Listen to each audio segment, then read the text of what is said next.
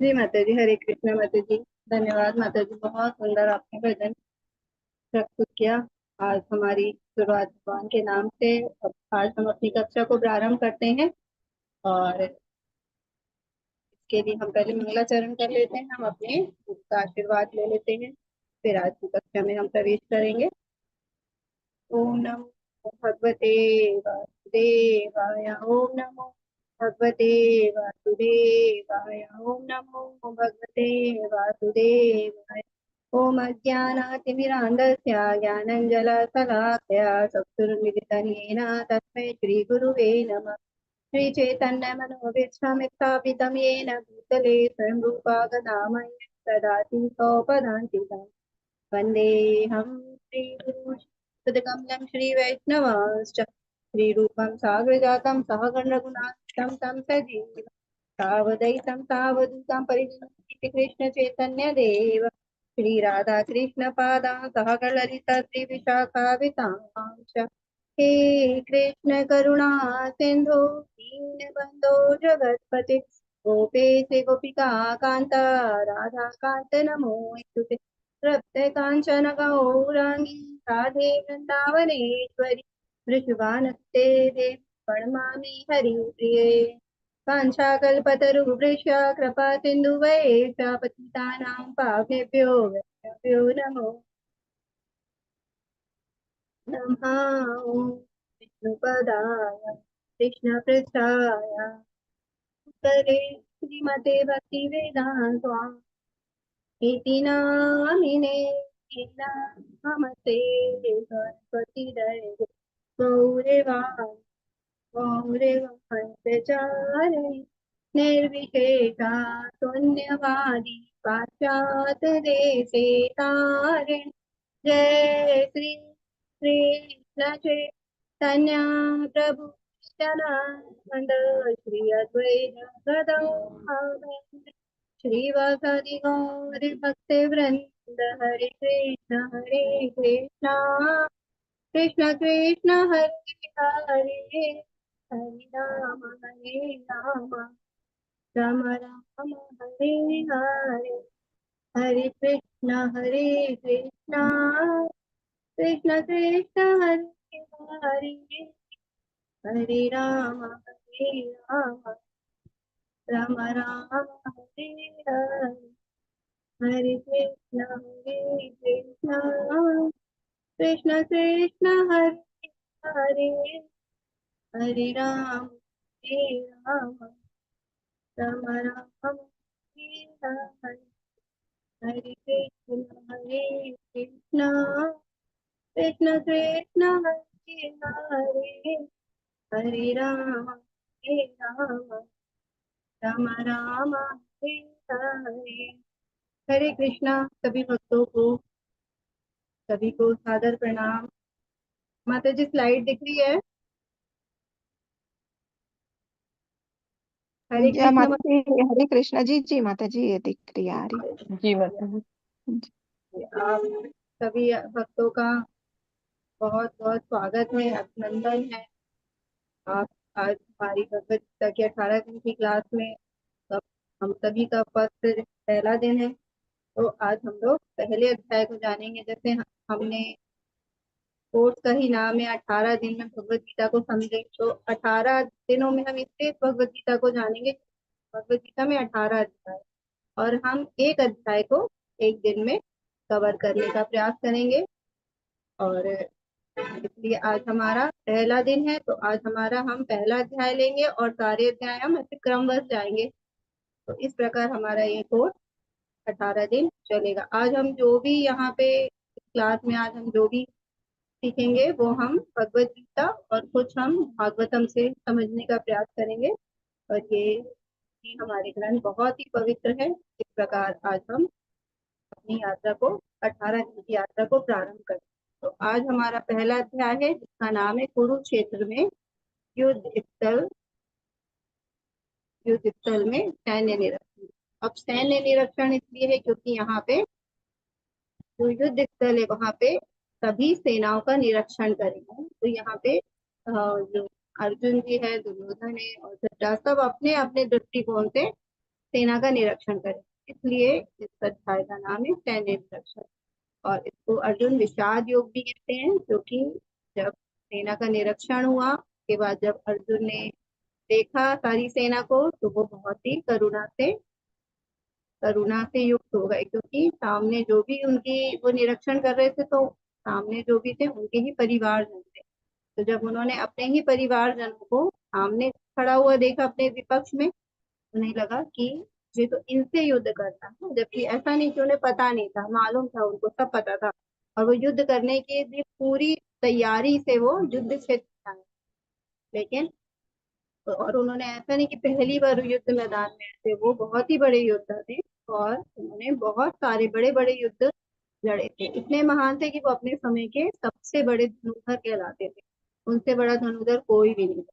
सबको अर्जुन पे ही युद्ध पे सबकी निगाहें अर्जुन जी पे ही थी, कि अर्जुन जी युद्ध में सबको हरा देंगे। लेकिन अर्जुन जी ने जैसे ही सबको देखा और उनके मन में आया कि ये तो सब मेरे परिवारजन है, उनका मन द्रवित हो गया था कि वो युद्ध नहीं करना चाहते थे। इस प्रकार आज ये हमारा पहला अध्याय। अब यहाँ पे जब दोनों सेना, जब हम बात कर रहे हैं कि युद्ध स्थान पे दोनों सेनाएं खड़ी है ना, एक तरफ है पांडव की सेना और दूसरी तरफ है कौरव की सेना। तो ये हम एक्चुअली महाभारत से अब आज यहाँ पे दोनों सेनाएं खड़ी और क्यों खड़ी हैं के बारे में हम थोड़ा सा जानने का प्रयास करते हैं।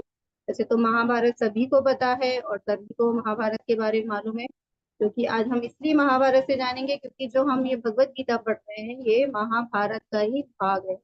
महाभारत में 18 पर्व, और 18 पर्व में से एक भीष्म पर्व है, उसके अंतर्गत ये भगवत गीता आती है।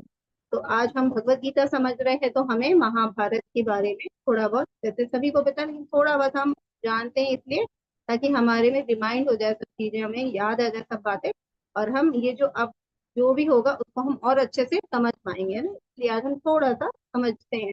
तो जैसे हम जानते हैं हस्तिनापुर राज में, है ना, धृतराष्ट्र और पांडु दोनों भाई हैं, और जो धृतराष्ट्र है वो बड़े भाई हैं, तो पांडु छोटे भाई हैं। लेकिन नियम क्या होता है राज्य का, कि जो बड़ा भाई होता है उसको राज्य मिले।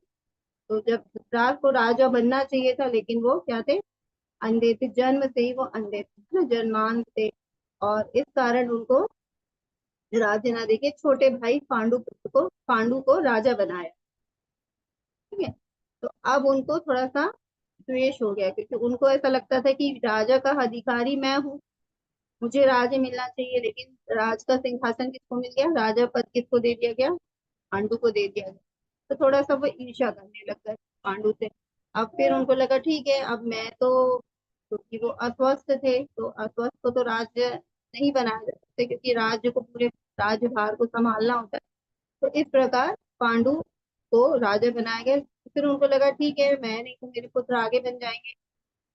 लेकिन बाद में क्या हुआ, युधिष्ठिर बड़े थे, दुर्योधन थे ना, जो धृतराष्ट्र थे उनका पुत्र था दुर्योधन, और उनके ऐसे 99 पुत्र थे। तो और जो पांडु जी थे उनके 5 पुत्र थे, युधिष्ठिर भीम, अर्जुन, नकुल और सहदेव। तो ये 5 पांडव कहलाए, क्योंकि पांडु के पुत्र थे ये। तो युधिष्ठिर जी थे जो सबसे बड़े थे, तो उनको अब नीति यही थी कि अब जो बड़ा भाई होगा उसको राज्य मिलेगा। तो इस प्रकार अब जो युधिष्ठिर जी थे उनको युवराज घोषित कर दिया गया कि आने वाले राजा अब युधिष्ठिर होंगे। तो जब धृतराष्ट्र को पता चला कि अब मैं तो राजा बन नहीं पाए, अब मेरे पुत्र भी राजा नहीं बन पाए, क्योंकि वो अपने जीवन भर अब अपने पुत्रों को राजा बनने के लिए वो सपने देखते थे। तो अब और उनको अपने पुत्र से बहुत ज्यादा मोह। अब उनके पुत्र को भी जब राज पता चल गया कि अब आगे राज नहीं मिलेगा, तो वो पांडु के जो पुत्र थे उससे और द्वेष करते। तो इस प्रकार उनके मन में द्वेष भावना आ गई। और जब फिर युधिष्ठिर को जब जब इनको युधिष्ठिर को राजा बनाने का टाइम आया, तो उन्होंने उनको राजगद्दी नहीं दी और उनको वहां राज्य से बाहर निकाल दिया। कुछ दूध की चिड़िया में बुलाया और उनको छल से हरा के उनको बाहर निकाल दिया। उनको 12 साल के लिए बंद दे दिया और 1 साल के लिए अज्ञातवास में भेज दिया। जब वो लौट के आए, तो उन्होंने तो सारे जो भी नियम बनाए गए थे सब चीज का उन्होंने पालन किया। अब वो जो क्रिया थी वो उन्होंने भाग क्यों लिया युधिष्ठिर ने, क्योंकि पहले राजाओं का कर्तव्य होता था कि कोई उनको इनके मतलब कोई युद्ध के लिए ललकारे। तो उनका जो क्षत्रिय थे ना, तो क्षत्रियों का ये धर्म होता है कि कोई युद्ध के लिए ललकारता है तो वो मना नहीं कर सकते, क्योंकि अगर वो युद्ध में करने के लिए नहीं जाते हैं तो ये मतलब वो क्षत्रिय नहीं, ऐसा माना जाता है। ऐसी दूध कीड़िया के लिए भी जब उनको बुलाया गया तो संदेश भेजा गया तो उनको आना पड़ा। वो आना नहीं चाहते थे क्योंकि सभी जानते हैं कि ये धर्म के विरुद्ध होती है ना, यहाँ पे कुछ भी सत्यता नहीं रह जाती है, लेकिन फिर भी उनको भाग लेना पड़ा। वो चाहते नहीं थे भाग लेना, लेकिन एक्चुअली वो भी राजा थे। जब उनको खांडा का राज्य दिया गया, जो एक छोटी सी जगह थी और बहुत ही मतलब ऐश्वर्य करने लायक नहीं थी, ऐसी जगह दे दिया गया उनको, लेकिन फिर भी उन्होंने उसको भी बहुत अच्छा महल बना के उसको सब संपन्न बना दिया, राज्य को बहुत सुख संपत्ति से उनको बिल्कुल सब भाइयों ने मिलजुल के उसको बहुत अच्छा राज में बदल दिया खांडावगढ़ को, जो कि एक बहुत ही पथरीली जगह थी, जो कि राज के लायक ही नहीं थी उसके बाद भी। तो इस प्रकार हमेशा जो धृतराज थे और जो उनके पुत्र थे दुर्योधन, वो हमेशा क्या पांडवों के साथ भेदभाव करते आ रहे थे, है ना, उनके साथ छलावा करते छल करते हुए आ रहे थे। लेकिन क्योंकि पांडव हमेशा धर्म के ही साथ चल रहे थे तो उनको हमेशा कि ये हमारे ही भाई है, हमारा परिवार है, ऐसे करके वो सब सहन करते जा रहे हैं। तो इस प्रकार जब दूध क्रिया से भी उनको, क्योंकि वो तो छल से दुर्योधन ने पासे फेंके थे, तो इस प्रकार वो हार गए और वो वन चले गए। लेकिन जब लौट के आए, उन्होंने अपनी राज की वापस मांग की, तो उन्होंने किसी ने भी उनको राज देने से सबने मना कर दिया। फिर तो बोले हम राज नहीं देंगे, क्योंकि जो दुर्योधन था उसके मन में पहले से ही कपट था, अधर्मी था, लोभी था। वो तो चाहता ही नहीं था पांडव को कि कोई उनकी भूमि, छोटी सी भी भूमि उसको देना पड़े हमें राज्य में। तो फिर भगवान जी शांति दूत बन के जाते हैं और उनकी तरफ से, पांडव की तरफ से वो पक्ष रखते हैं कि कम से कम वो 5 गांव उनको दे दिए जाए, ताकि वो क्षत्रिय हैं, ताकि राज करके ही वो अपने जीवन यापन कर सकते हैं। तो इस प्रकार उनको 5 राज दे दिया जाए ताकि वो अपने जीवन को अच्छी तरह से चला सके। लेकिन जो दुर्योधन थे वो जानते थे कि अगर हमने इनको 5 गांव भी दे दिया तो फिर ये बहुत अच्छे ढंग से उसको समृद्ध बना देंगे, चाहे हम कितना भी बंजर जमीन दे, चाहे हम कितनी भी पथरीली जमीन दे, कैसा भी हम वहां रहने लायक भी वो जगह ना हो, फिर भी वो क्या है, अपने श्रम से और अपने धर्म से उस जगह को वो स्वर्ग बनाएंगे ना, स्वर्ग की तरह और धर्म युक्त। और हर हमारे जो राज्य की जो जनता है वो भी उसी जगह जाके रहना पसंद करेगी। तो इसलिए वो चाहते ही नहीं थे कि उनको 5 गांव दे। इसलिए उन्होंने बोले कि मैं, दुर्योधन ने बोला मैं तो तुम्हें की नोक जितनी भी जगह नहीं दूंगा। तब फिर भगवान ने को समझाया भी, थोड़ा आंशिक विराट रूप भी दिखाया कि वो कम से कम शांति से नहीं समझ रहे, कम से कम थोड़ा बल पूर्वक उनको अपना जो विराट रूप दिखाया, थोड़ा सा वो ऐसे कैसे भी उस बात को मान जाए, लेकिन वो किसी भी तरह से मानने वाले नहीं। तब फिर भगवान ने आके कहा कि अब तो युद्ध ही एक रास्ता है जिससे हमें अपने जो हमारा जो हक है, हमारा जो राज है वहाँ प्राप्त करने के लिए। तो उन्होंने पांडव को बोला कि अब युद्ध ही आखिरी रास्ता बचा। तो युद्ध की इस प्रकार घोषणा कर दी गई। जब युद्ध की घोषणा हुई तो अब दोनों सेनाएं यहाँ पे युद्ध के मैदान में युद्ध करने के लिए आमने सामने खड़ी ना। इस प्रकार हमने आज भूमिका जानी कि ये युद्ध के मैदान में दोनों सेनाएं क्यों खड़ी है ना, ये पारिवारिक उनका झगड़ा था। और यहीं से भगवान आज हमारी भगवत गीता की शुरुआत होगी, क्योंकि भगवत गीता की शुरुआत ना इस युद्ध के मैदान पे ही हुई है ना, जब दोनों सेनाएं खड़ी थी उसके बीच में। इसलिए आज हम इस युद्ध को भी समझ रहे हैं और युद्ध की भूमिका को भी समझ रहे हैं कि ये युद्ध आज यहाँ पे दोनों सेनाएं क्यों खड़ी है और यहाँ पे आज यहाँ पे युद्ध क्यों होने वाला है। ठीक है, इस प्रकार हम जानते हैं। और आज हम जो भी यहाँ भगवत गीता का ज्ञान 18 दिन में जानेंगे, ये हम हमारे गुरु महाराज है, ये श्रील भक्ति वेदांत स्वामी प्रभुपाद जी, इनके अनुगत होकर हम सारी शिक्षाएं ग्रहण करेंगे। क्योंकि हमें वेदों में भी कहा गया है कि हम जो भी शिक्षा लेते हमें गुरु परंपरा के और गुरु के माध्यम से लेना चाहिए ना। क्योंकि हम भौतिक दुनिया की भी पढ़ाई करते हैं तो हम गुरु में स्कूल जाते हैं, टीचर रहते हैं हमारे गुरु जो अच्छे, अगर हमें विशेष कोई सब्जेक्ट की पढ़ाई चाहिए होती है तो हम विशेष जो सबसे अच्छे होते हैं अपने शहर में ना, वो गुरु को हम टीचर के पास जाते हैं, पारंगत टीचर जो होते हैं। कि आज हम जो भी शिक्षा लेंगे क्योंकि गुरु परंपरा में शिक्षा लेने से हमको गुरु के द्वारा, कि हम वेद शास्त्र इतना संस्कृत की हम लोग ज्ञाता नहीं है, और भगवत गीता जो हमारे जितने भी धार्मिक शास्त्र है वो सब संस्कृत में है। और वो भी बहुत ही गुह्यतम ज्ञान है ना, हम पढ़ेंगे अभी इसके अंदर गुह्यतम क्या होता है, मतलब बहुत ही गोपनीय ज्ञान है। तो गोपनीय ज्ञान कौन हमें समझा सकता है? जो कि इन सब ज्ञानों में पारंगत है ना, जो कुछ इन ज्ञानों को बहुत अच्छे से जानता हो, और जिन्होंने सारे वेदों को पढ़ा। अब हम तो इतने बड़े ज्ञानी भी नहीं है, और हम लोग सब गृहस्थ हैं, तो हम लोग के पास इतना समय भी नहीं है। हम लोग प्रयास जरूर कर रहे हैं पढ़ने का, तो इसलिए हम लोग आचार्य के माध्यम से भगवत गीता समझते हैं।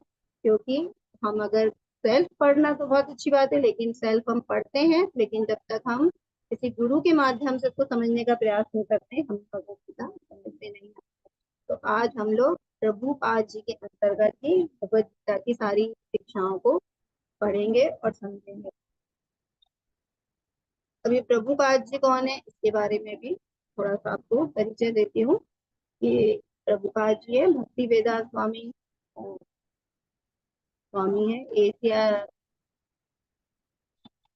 फाउंडर आचार्य हमारे, आचार्य इस्कॉन अंतरराष्ट्रीय कृष्ण भावनामृत, इस्कॉन बोला जाता है जिसको, क्या है, international society for Krishna conscious.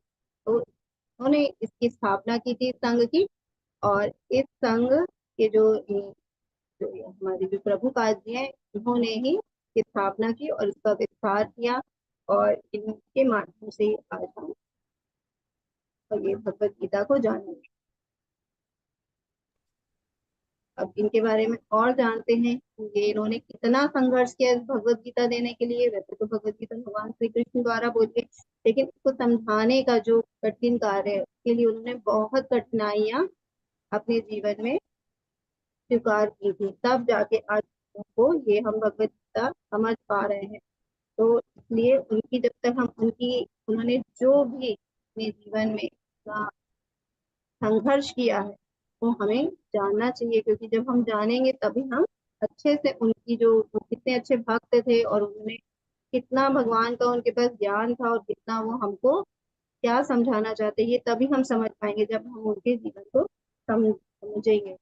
तो इस प्रकार हम देख रहे हैं पहली पिक्चर में प्रभुपाद जी मात्र 5 साल के पिक्चर में, इस प्रकार प्रभुपाद जी का जन्म 1896 में कोलकाता में हुआ था। वैष्णव परिवार के माता पिता भी वैष्णव हैं, और वैष्णव थे और बहुत अच्छे भगवान के भक्त थे। माता पिता दोनों ही बचपन मतलब बहुत भक्ति करते थे, बहुत अच्छे भक्त थे। उनके घर में सब साधु आचार्य सब आते रहते थे। तो अब प्रभुपाद जी भी, जब उनका जन्म हुआ, इनके घर का जो वातावरण था वो पूरा क्या था, भक्तिमय वातावरण था घर का। संस्कार तो उनके माता पिता ने उनको देखा, जब उन्होंने भी, वो भक्त हैं, बहुत अच्छे संस्कार वो दिए थे उनको बच्चों को, तो वो भी बहुत अच्छे, बहुत जल्दी वो भी देखते देखते भक्त बन गए। हम देखते हैं कि जिस मतलब घर में जैसा भी मतलब व्यवस्था रहती है, जैसे भी घर का वातावरण रहता है, बच्चा भी उसी तरह का हो जाता है। अगर कोई अधर्मी घर में जन्म लेगा तो वो जैसे माँ बाप करेंगे, बच्चा तो हर चीज नोट कर रहा है, हर चीज देख रहा है, तो वो भी वैसे ही बन जाएगा। अब एक भक्त है, संस्कारी परिवार में उसका जन्म हुआ है, तो वो भी बहुत ही संस्कारी और भक्त थे। इसी प्रकार हम लोग, ये हम लोग को ये बचपन से ही भक्ति बच्चों को डालनी चाहिए ना। क्योंकि जो बच्चे देखेंगे वही सीखेंगे। जब अगर पेरेंट्स ही वो कार्य नहीं करेंगे, माता पिता ही अगर भक्ति नहीं करेंगे, ग्रंथों का अध्ययन नहीं करेंगे, भगवान का नाम जप नहीं करेंगे घर में, सब जो हमारे इतने अच्छे अच्छे त्योहार आते हैं उनको नहीं मनाएंगे, तो फिर वो बच्चे भी ये सब नहीं सीखेंगे। अगर माँ बाप सब कर रहे हैं तो बच्चे सीखेंगे। अभी जैसे हम लोग सुनते हैं आज के माहौल में कि बहुत सारे जो माता पिता होते हैं वो शिकायत करते हैं कि हमारे बच्चे तो हमारी सुनते ही नहीं है, और हमको भी इतना सम्मान नहीं देते हैं, हमारी कदर नहीं करते, हमारी देख रेख नहीं करते, है ना, बुढ़ापे में आकर। तो और धर्म, बिल्कुल धर्म युक्त नहीं है। तो ये सब क्या है, ये सब इसलिए क्योंकि जब वो छोटे थे, जब पेरेंट्स ने क्या है ये सब कार्य किया ही नहीं, और उन्होंने बच्चे को धर्म की शिक्षा दी ही नहीं, संस्कार ही नहीं दिया ना, तो इसमें किसकी गलती है ना? बच्चे की तो है गलती, लेकिन सबसे ज्यादा माँ बाप की गलती है। अगर बच्चे को हम बचपन से उसमें संस्कार डालें और अपने संस्कार दे, अपने धर्म से जोड़े, अपने सनातन धर्म का उन्हें ज्ञान दे। भगवत गीता भागवतम पढ़ाए उनको, जो हमें इतनी अच्छी सुंदर मतलब हमें धर्म की शिक्षा देती हैं, हमें क्या करना है हमारे जीवन में, कैसे हमें जीवन को जीना है, जो सारे हमको मार्गदर्शन करने के लिए इतने अच्छे अच्छे हमारे पास अपने धर्म ग्रंथ है हमारे पास। जब हम वो नहीं पढ़ेंगे और बच्चों को नहीं समझाएंगे, और जो हमारे भगवान श्री कृष्ण ने कितनी सुंदर सुंदर बाल लीलाएं उनसे अनुव्रत नहीं कराएंगे, तो वो तो फिर ऐसे ही निकलेंगे ना बड़े होके। इसलिए हम लोग को भी बचपन से ही अपने बच्चों को तू अपने कुछ धर्म बोले थे प्रचार। ना। बोले तो काम भी तो करूँ। वही तुम वही कर, तुम गेट बंद करके जा।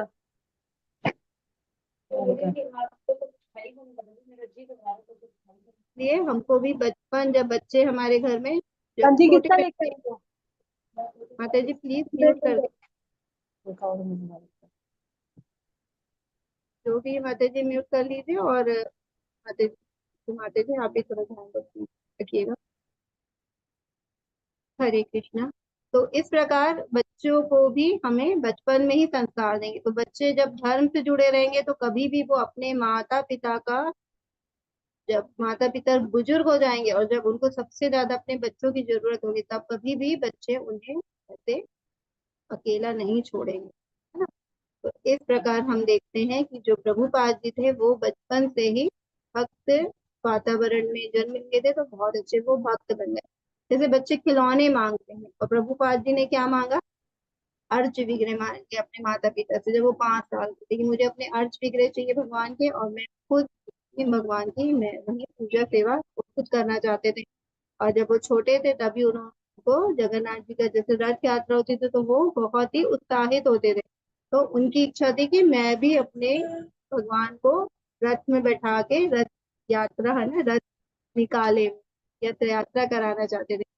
तो उन्होंने अपने माता पिता से बोला, फिर उन्होंने बहुत अच्छे से उनको रथ की व्यवस्था करके दी। और वो छोटे से कि यहाँ पे तुम देख रहे रथ सज रहा है, और रथ में के पास सब बच्चे और सब बड़े खड़े हैं, तो प्रभुपाद जी ने रथ को लेकर रथ यात्रा करी। और इस प्रकार वो बचपन से ही भक्ति करने लगे। आज प्रभुपाद जी ने ही, आज जो हम देखते हैं रथ यात्रा जो भी, हाँ, 1 हफ्ते पहले करीब जगन्नाथ जी की यात्रा यात्रा का वो निकली थी।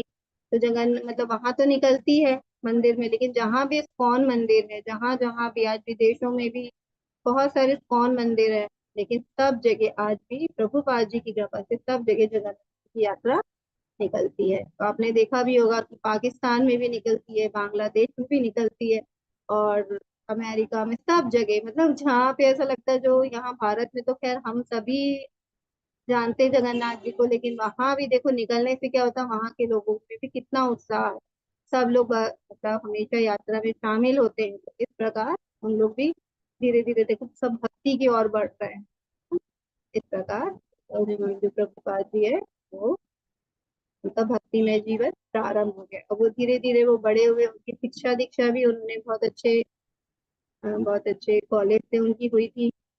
अंग्रेजी भाषा में उनका बिल्कुल प्राभुत्य था, बहुत ही अच्छी उनकी अंग्रेजी भाषा में बहुत अच्छी पकड़ थी, और बहुत अच्छे विद्वान थे। इस प्रकार वो बड़े हुए, और वो जो उस समय अंग्रेजों का शासन था, तो उस समय वो जो गांधी जी के जो स्वतंत्रता आंदोलन चल रहा था उसमें वो बहुत गांधी जी से बहुत प्रभावित थे, तो इस प्रकार उसके आंदोलन में वो शामिल हो गए, और वो सक्रिय भूमिका वो निभाते। फिर एक बार उनके जो शहर था वहां पे एक साधु आए, तो उनके मित्र ने उनको ले गए वहां पे, और उनके प्रवचन जब उन्होंने सुने तो वो उस साधु से बहुत प्रभावित हुए। और साधु भी देख रहे थे, साधु जी है ना जो उनके बाद में गुरु भी बने, श्री भक्ति सिद्धांत ठाकुर जी, जो हम दूसरी ना पिक्चर में देख रहे हैं।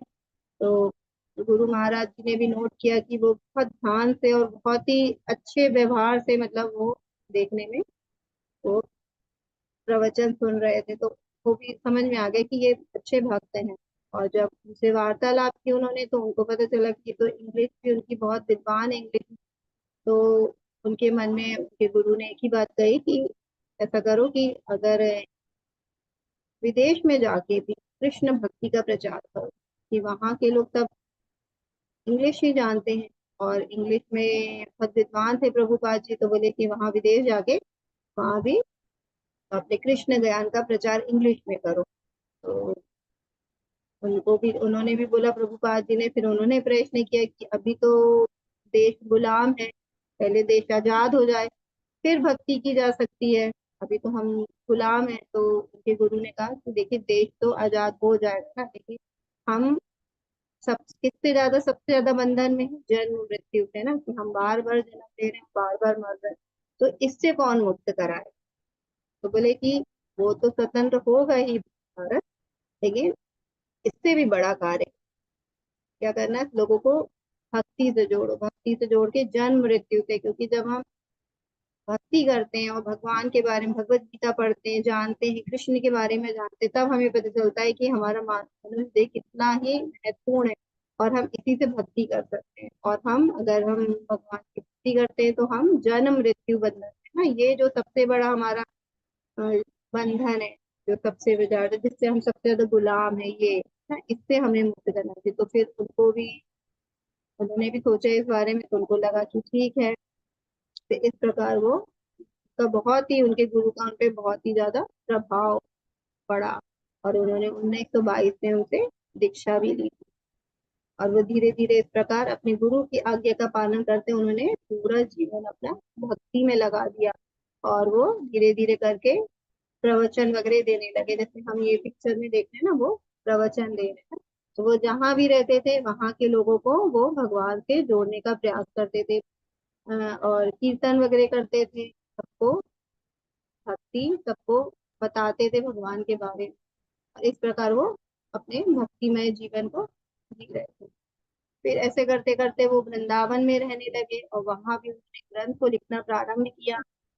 फिर उनको, उन्हें अपने गुरु की जो बात थी कि विदेश में जाओ, क्योंकि अब उनके पास थोड़ी परिस्थिति इतनी अच्छी तो नहीं थी, लेकिन फिर उनको लगा कि अब मुझे विदेश जाना चाहिए, क्योंकि उनकी गुरु की आज्ञा का पालन करने के लिए वो 1965 में वो कार्गो शिप में तो इसमें मुझे अमेरिका स्क्रीन नहीं दिख चले। रहा, कैसे दिखेगा? जैसे जो बोल रही है वो मुझे नहीं दिख रहा, कैसे दिखेगा? जूम में है ना?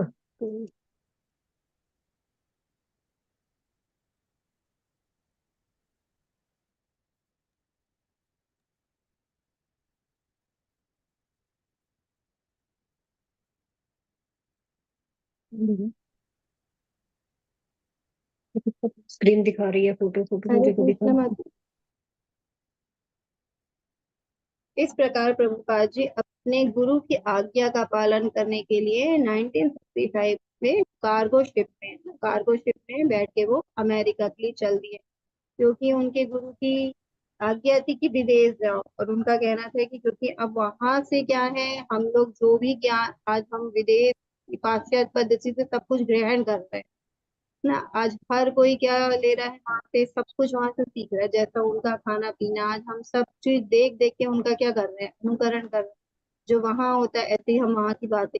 तो उनके गुरु का कहना था कि वहां से हर चीज यहाँ पे लोग ग्रहण कर रहे हैं, तो अब वहां से सब चीज आ रही है, तो वहां जाके अपने कृष्ण का ज्ञान वहां दे के आओ, भक्ति दे के आओ वहां के लोगों को। तो इस प्रकार वो कार्गो शिप में बैठ गए। और कार्गो शिप यात्री जहाज नहीं था ना, जैसे यात्री जो जहाज होता है वो क्या होता है, वो बहुत सुविधाएं होती यात्रियों को, ये माल वाहक जहाज था, ठीक है। प्रभुपाद जी के पास उतने पैसे नहीं थे कि वो मतलब यात्री के जहाज में जल धूप में जाके वो यात्रा करे, तो उन्हें ऐसे ही एक कंपनी थी, शिप की कंपनी थी उनकी, जो माता जी थी उनसे उन्होंने बहुत रिक्वेस्ट करी कि मुझे जहाज में जाने दो। वो तो एग्री नहीं थी, कि क्योंकि प्रभुपाद जी जब 70 साल की उनकी उम्र थी, तो बोले वहां की ठंड सहन भी नहीं होगी, और एज के हिसाब से वहां आपको नहीं जाना चाहिए, और उस समय हम समुद्र पार करना अच्छा भी नहीं माना जाता, इस प्रकार कोई एग्री नहीं था। लेकिन उन्होंने कहा कि मैं वहां जाना चाहता हूँ, क्योंकि मुझे भगवान कृष्ण की भक्ति का प्रचार करना है, और मेरे गुरु की आज्ञा है, तो मेरे को गुरु की आज्ञा पालन करने के लिए जाने हैं।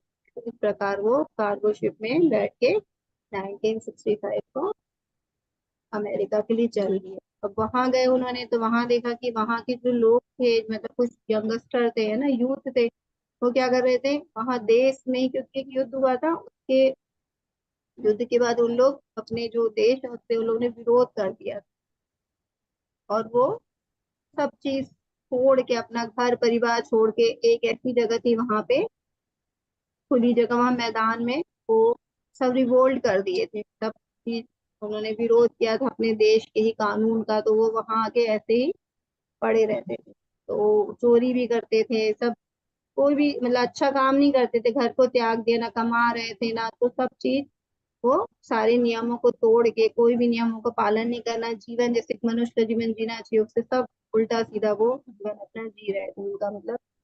और वहाँ की जो देश थे, वहाँ के जो सरकार थी, वो भी उनको सुधारना चाहती थी, लेकिन वो भी नाकामयाब हो रही थी क्योंकि उन लोग सुनते ही नहीं थे, वो विरोध करके अपने देश के कानून का विरोध करके वहीं पे सब रहते थे। जब वहां पे प्रभुपाद जी गए तो वो अपने भजन कीर्तन करते थे और फिर देखते थे काफी लोगों को आनंद आने लगा है ना, हरे कृष्ण कृष्ण कृष्ण हरे हरे, हरे राम राम राम हरे हरे, इस मंत्र का वहाँ जाप करते थे और कीर्तन करते थे, जो कि मृदंग कर ताल बजा के, तो उन लोग को बहुत आनंद आता था, तो धीरे धीरे वो सुनते सुनते ऐसे करके वो धीरे धीरे बहुत अच्छे भक्त बनते चले गए। फिर प्रभुपाद जी ने भी उनको सारे एक एक रूल रेगुलेशन सिखाया, उनको कृष्ण जी का ज्ञान दिया, जो कि बिल्कुल ही ज्ञान नहीं था उनको, तो विदेश ही है, उनको क्या पता कृष्ण जी कौन है। इस प्रकार उनको आज सारे ग्रंथों का पाठ है ना, उनको फिर धीरे धीरे ज्ञान दिया, आज वो इतने अच्छे भक्त बन गए कि वो बहुत बड़े बड़े गुरु हैं, क्योंकि वो प्रभुपाद जी के फिर उन्होंने सारे नियमों का पालन किया, उन्होंने जो भी दिया। आज वो भी हम देखते हैं कि आज भी वो धोती कुर्ता, जैसे हमारी वैष्णव ड्रेस होती है तो उसमें ये तुलसी कंठी पहने हुए, छोटी शिखा रखे हुए और इतने अच्छे से भजन कीर्तन करते हैं, हम देख सकते हैं विदेशों में। आप लोगों ने देखा भी होगा कि कैसे विदेशी लोग है ना भजन कीर्तन करते हैं, हरे कृष्ण महामंत्र का जप करते हैं, तो ये सब हमारे प्रभुपाद जी की कृपा से आज विदेश में भी बहुत सारे मंदिर बन गए हैं। और उन्होंने इस प्रकार अपने जो कौन की स्थापना की थी 1966 में, और उन्होंने फिर 10 साल में 108 मंदिरों की स्थापना करी। सोचिए एक मंदिर का निर्माण करने में कितना कितना मुश्किल होता है, लेकिन उन्होंने ऐसे अपने जो शिष्य थे उन्होंने इस तरह से उनको ट्रेन किया, फिर के सबके उन्होंने मेहनत करके और आज इतने सुंदर सुंदर मंदिर, और आज तो और भी बहुत सारे मंदिर और बहुत बड़े स्तर पे मंदिर बने ना।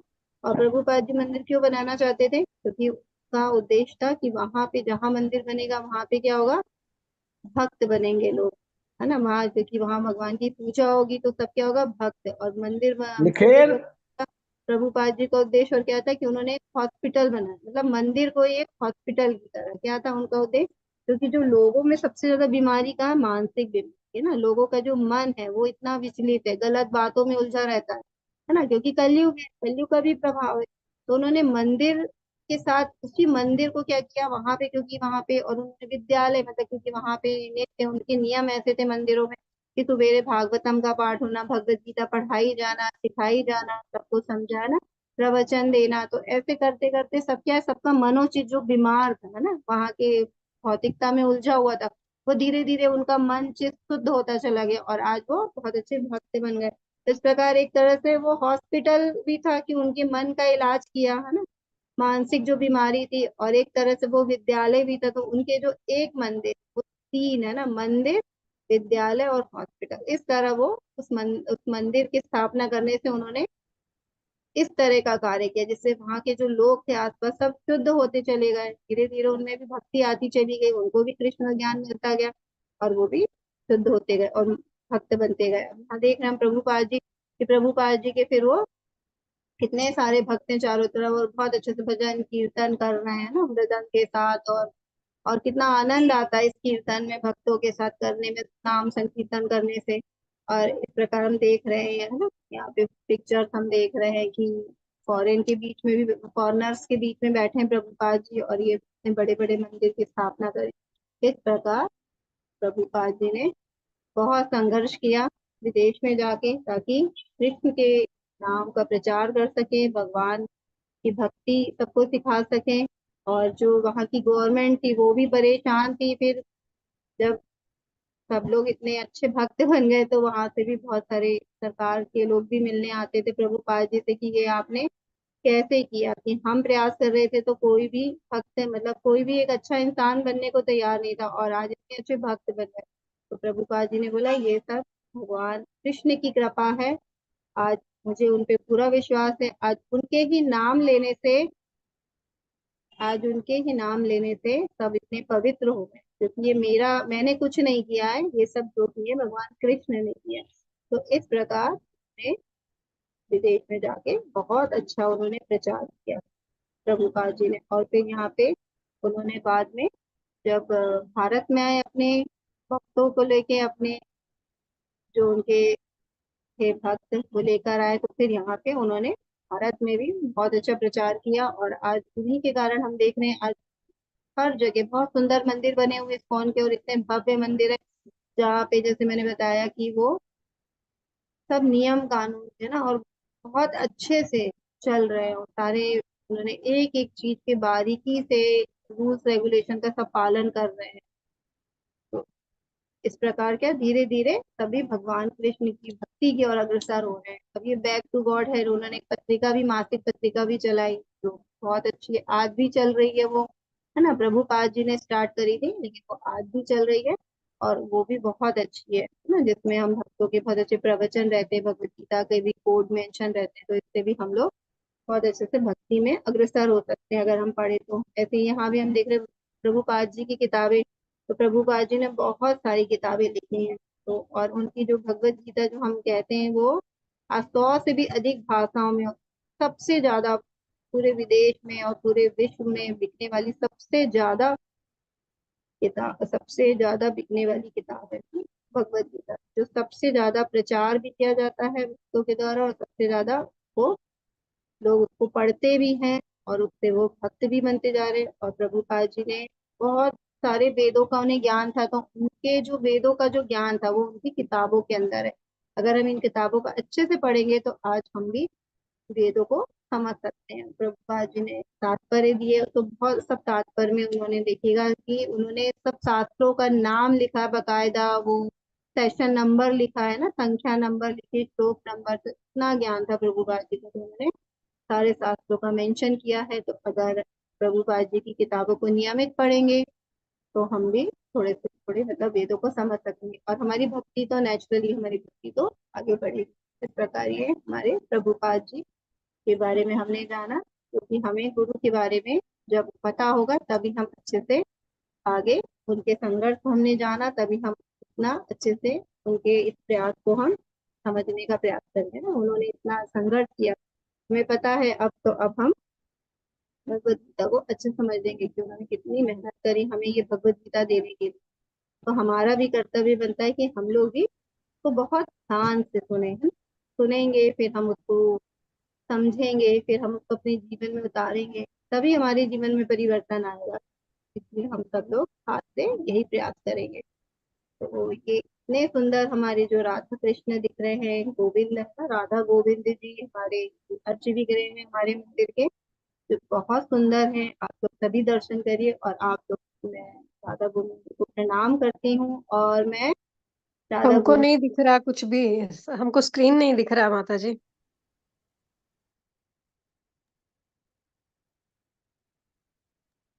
हरे कृष्ण माता जी, उनको ही नहीं दिख रहा। हम यहाँ पे तो दिख रहा है हम लोगों को, और माता जी बाकी हमको भी डिवोटीज नेट से इशू पूछ होगा लेते माता हैं। जी, जी नेट की प्रॉब्लम होगी इसलिए भी नहीं दिखता है। बाकी माता जी सबको दिख रहा है, मैंने इसलिए सबसे पहले ही पूछा था कि स्क्रीन दिख रहा है कि नहीं। आ, मुझे बिल्कुल नहीं, कुछ भी नहीं दिख रहा, माता जी बस फिर सुन से रहा है। आप एक बार लेफ्ट होके मीटिंग में फिर से ज्वाइन करिए, तो फिर ओ, आपको जो इशू होगा तो शायद वो ओ, सॉल्व हो जाएगा। ठीक है जी। हरे कृष्ण, धन्यवाद माता जी, प्लीज म्यूट रखिए। हरे कृष्णा। तो ये इतने सुंदर राधा गोविंद जी, हम इनको प्रणाम करते हैं, और आपके लिए और मैं अपने लिए सबके लिए हम प्रार्थना करते हैं उनके चरणों में।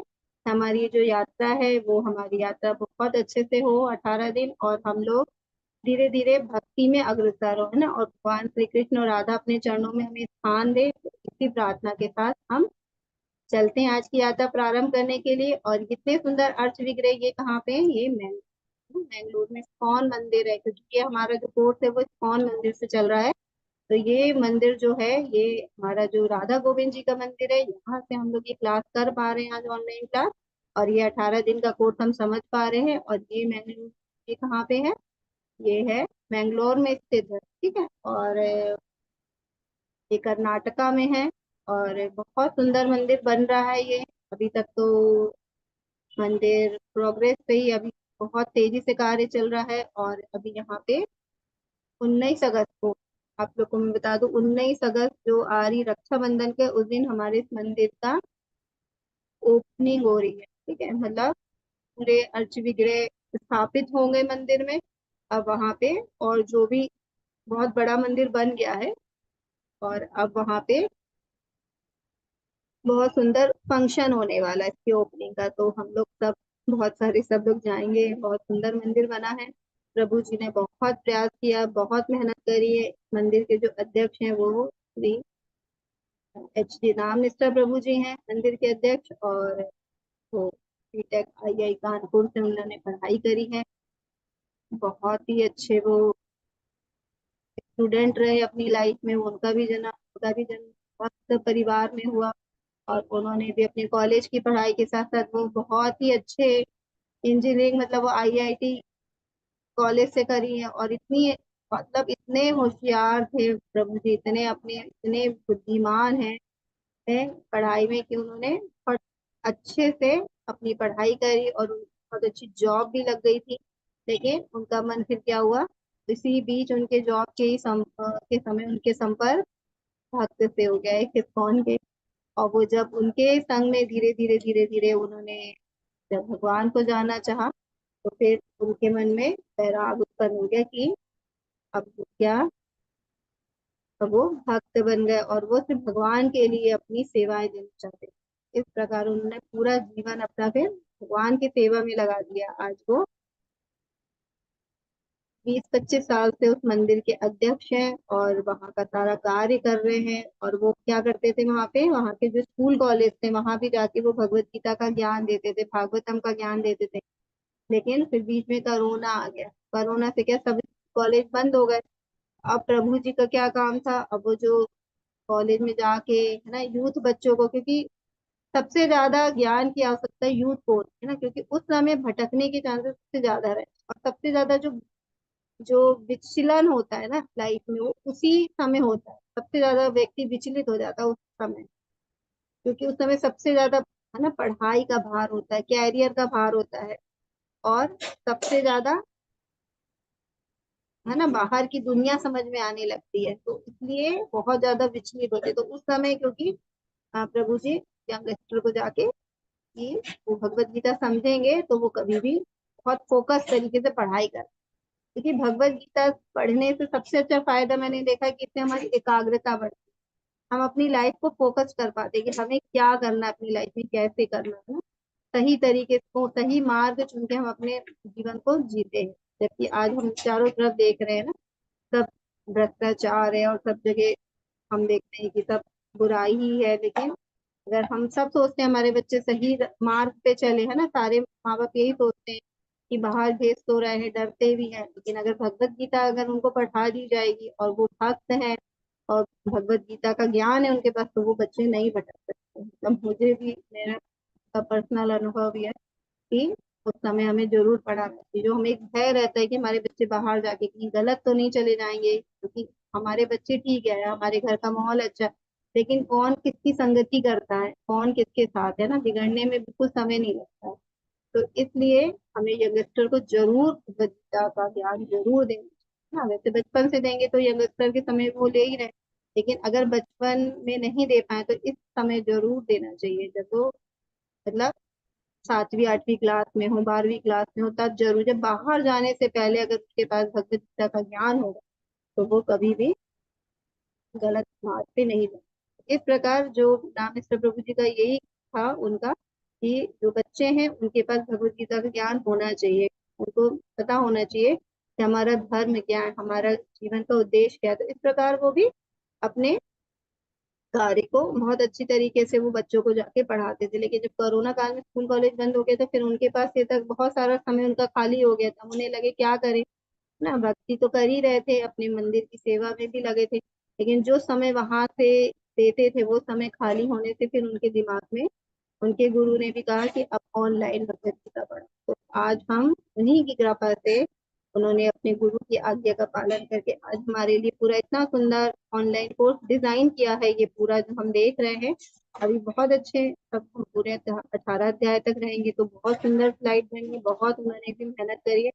आज हम सब अपने अपने घरों में एकदम कंफर्टेबली तरीके से ना, घर में बैठे बैठे एकदम सब आराम से हम भगवत गीता का ज्ञान ले पाएंगे। और सब पूरे कहाँ कहाँ से ना, देश विदेश से जुड़ते हैं हमारे मंदिर में। और आज उन्होंने इस प्रकार 8 लाख लोगों को भगवत गीता का ज्ञान दे चुके हैं। और हमारा जैसे देख रहे हैं आप 47 बैचेस, तो पहले बैच में हर महीने है ना, हर महीने एक भगवत गीता 18 दिन का बैच आता है।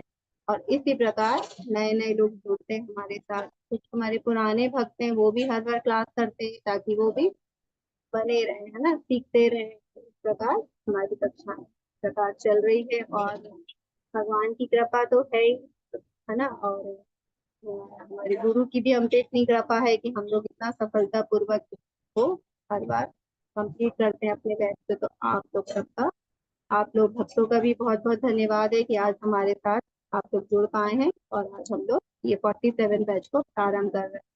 इस प्रकार अब हम भगवत गीता के बारे में जानते हैं। आज पहला दिन है तो थोड़ा क्षमा करिएगा, थोड़ा सा क्योंकि हमें समझना पड़ेगा ना कि स्टार्टिंग हमारी कहाँ से, क्योंकि अगर हम प्रारंभ अच्छे से नहीं समझेंगे तो फिर हमें जो हमारा मूल तत्व है हम उसको भी नहीं समझ पाएंगे। इसलिए आज हम थोड़ा प्रारंभ के कारण थोड़ा सा शायद हमारी कक्षा थोड़ी बढ़ जाएगी, उसके लिए क्षमा है। लेकिन आप प्लीज ध्यान से सुनिएगा। अब हम भगवत गीता की बात करते हैं तो भगवत गीता एक महाकाव्य है, महाकाव्य ग्रंथ है जिसमें हमारी सभी समस्याओं के उत्तर। ये महात्मा गांधी द्वारा एक आध्यात्मिक शब्दकोश माना जाता है और ये पूरे विश्व के कई लोगों के लिए प्रेरणा की पुस्तक है। अब कई लोगों को लगता है भगवत गीता क्यों पढ़ना है ना, तो भगवत गीता क्यों पढ़ना है, क्योंकि भगवत गीता एक महाकाव्य और इसमें हमारी सारी समस्याओं का उत्तर। और इसको महाकाव्य क्यों बोला गया, क्योंकि हमने अभी जाना ना बहुत सारे वेद हैं, जैसे 4 वेद हैं, बहुत सारे 18 पुराण हैं, बहुत सारे उपनिषद, मतलब हमारे वैदिक सनातन वो भी बहुत सारे हैं ना। लेकिन सबका सार क्या है, भगवत गीता, है ना। कि वासुदेव सर्वमिति, है ना। तो भगवान वासुदेव कृष्ण सबके मतलब सबसे ऊपर है, अनादि है। तो ये हमें कौन बताएगा, भगवत गीता। और सारे वेदों का, शास्त्रों का ज्ञान जो है सार है, सारा तत्व क्या है, भगवत गीता।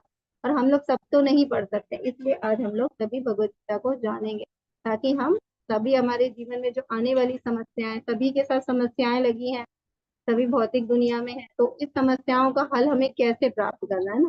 कभी कभी हम क्या करते हैं, जब हमें मालूम नहीं होता तो हम लोग गलत रास्ता भी चुन लेते हैं ना, अधर्म से। लेकिन जब हम भगवत गीता जान से पढ़ेंगे और हम ये समझेंगे कि हमारी समस्याएं तो देखो सभी को आ रही है और पग पग पे आती हैं, लेकिन हमें कौन से रास्ते को प्रेफरेंस देना है, कौन से रास्ते को चुनना है, ये हम पे डिपेंड करता है ना। और हम पे जब डिपेंड करे, जब हमें पता होगा सही रास्ता कौन सा है, जब हम भगवत गीता पढ़ेंगे तो हमें सही रास्ता, क्योंकि भगवान हमें बुद्धि देते हैं ना, हमारे को बुद्धि देते हैं कि हम कौन सा रास्ता चुने ना, कौन सा रास्ता हमारे जीवन को ऊपर की ओर ले जाएगा ना। कोई ऐसा नहीं कि कोई रास्ता हम चुन लें और वो हमें गर्त में ले जाए ना, हमारे जीवन को नीचे गिरा दे। इस प्रकार सारी समस्याओं का जो समाधान होता है भगवत गीता में हमारे। और महात्मा गांधी भी भगवत गीता रोज पढ़ते थे और जो उन्होंने भी क्या है, ये आध्यात्मिक शब्दकोश मानते और पूरे विश्व में सभी लोग पुस्तक से प्रेरणा लेते। जो लोग भगवत गीता का ध्यान करते हैं वे हर दिन ताजा आनंद और नया अर्थ प्राप्त करते हैं। तो इस प्रकार महात्मा गांधी ने भगवत गीता के लिए कहा है कि हमें नित्य ताजा अनुभव देती है ना। तो हम लोग जितनी बार भी भगवत गीता पढ़ेंगे उतनी बार हमें नया अनुभव मिलता है। ये तो मतलब कई लोग तो पहली बार पढ़ रहे होंगे तो उनको लगेगा ठीक है बहुत आनंद आ रहा है, लेकिन हमारे तो भक्त, हम लोग कितनी बार के जो बड़े बड़े उच्च कोटि के भक्त हैं, वो जितनी बार पढ़ते हैं, क्योंकि भगवत गीता भगवान की तरह है, बहुत ही गोपनीय ज्ञान है। इतना गोपनीय कि जितनी बार हम पढ़ेंगे उतनी बार ही हम कुछ नया, है ना, नया ज्ञान प्राप्त होगा। जैसे समुद्र होता है ना, समुद्र में जितनी बार डुबकी मारी जाए, जितना गोताखोर जितना गहरा जाएगा तो एक, है ना, नई चीज अनुभव करेगा वहां जाके। और एक नया, क्योंकि समुद्र में तो बहुत सारे रत्न है, तो एक नया खजाना रत्न निकाल के लाएगा। उसी प्रकार हम भगवत गीता को जितनी बार पढ़ते हैं उतनी बार भगवत गीता का ताजा नया अनुभव प्राप्त करते हैं। तो इस प्रकार हमें पढ़ते रहना चाहिए भगवत गीता को। अब ये वैज्ञानिक है ना, इसको सभी जानते हैं ना, वैज्ञानिक तो देखिए वैज्ञानिक लोग भी भगवत गीता पढ़ते हैं। तो जो अल्बर्ट आइंस्टीन थे, सभी जानते हैं, इतने बड़े वैज्ञानिक है, तो वो भी भगवत गीता पढ़ते थे, वो भी पढ़ते थे। तो उन्होंने भी क्या बोला था, जब मैं भगवत गीता पढ़ता हूँ और महसूस करता हूँ कि भगवान ने इस ब्रह्मांड को कैसे बनाया, जो कितना शानदार है। तो सही बात है, जब हम पढ़ते हैं भगवत गीता हमें पता चलता है कि ये पूरे ब्रह्मांड को बनाने वाले कौन है, भगवान है। जो हम जो भी चीज देख पाते हैं, तो कितनी चीजें तो हम देख भी नहीं पाते अपनी आंखों से ना, लेकिन कितनी सुंदर है ब्रह्म, है ना। तो ये कैसे कार्य कर रहा है, कितना इतना सुंदर है, सब अपने अपने कार्य यथावत कर रहे हैं, पूरी भौतिक प्रकृति हर काम। तो ये कैसे हो रहा है ना, क्योंकि बनाने वाले ने इसको इतने अच्छे ढंग से बनाया है। तो इस प्रकार वो इतने अच्छे से ढंग से कार्य कर, ये उनका अनुभव था अल्बर्ट आइंस्टाइन का, कि उनको भी जब भगवत गीता पढ़ते तो उनको पता चलता है कि ये भगवान ने क्रिएट किया सब कुछ, है ना। वैज्ञानिक तो क्या, साइंस जो मानता है वो भगवान पे तो विश्वास ही नहीं करता, लेकिन फिर भी हमारी भगवत गीता में इतने गुण, इतना चमत्कार है, इसको पढ़ने इसको वैज्ञानिक लोग भी पढ़ते, सब लोग पढ़ते हैं इसको, भागवत गीता को। तो इस प्रकार हम आगे चलेंगे। गीता एक विशाल ग्रंथ, गीता के एक व्यवस्थित अध्ययन में लगभग 1 वर्ष लगेगा। 18 दिन में हम ऐसा नहीं कर सकते, इसलिए हम कृष्ण और अर्जुन के बीच विचारों के प्रवाह पर ध्यान केंद्रित कर रहे हैं। उद्देश्य गीता के गहन अध्ययन के लिए आपको तैयार करना।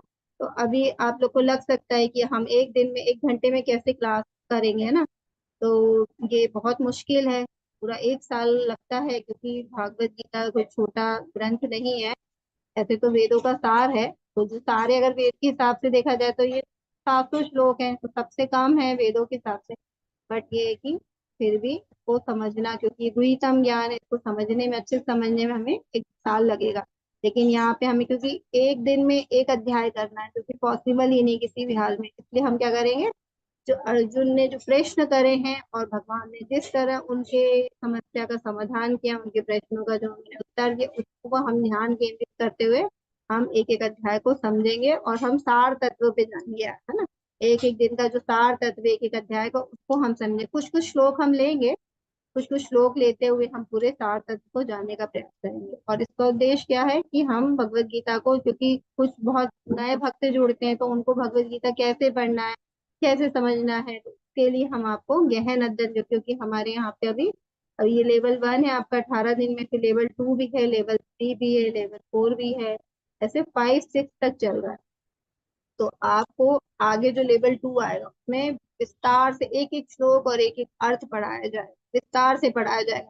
लेकिन यहाँ पे आप लोग को सिर्फ सार बताना, ताकि आप लोग में क्या है, रुचि पैदा हो। क्योंकि जब हम रुचि पैदा होती है हमारे अंदर ना, तो फिर हम उस चीज को मतलब जब जिज्ञासा होती है हमारे अंदर और जानने की, तो हम लोग और गहराई से पढ़ने चाहते हैं ना, तो गहन अध्ययन करते हैं। तो गहन अध्ययन के लिए एक तरह से हमारे लिए 18 दिन की जो क्लास है वो एक ब्रिज के समान है, ताकि ये हमारे और भगवान में थोड़ा कनेक्शन करेगी, है ना, धर्म से, ताकि हम जिज्ञासु बन सके और जानने का हम हमारे अंदर जिज्ञासा उत्पन्न हो, ना, रुचि पैदा हो। तो इस प्रकार हम आगे और लेवल आएंगे आगे इसके 18 दिन के बाद, तो उसमें आप लोग करके बहुत अच्छे से डीपली स्टडी कर सकते हैं। तो यहाँ पे हम एक एक अध्याय को जाने, ठीक है। भगवत गीता क्या है, अर्जुन की माया को कृष्ण की व्यवस्था समझना होगा।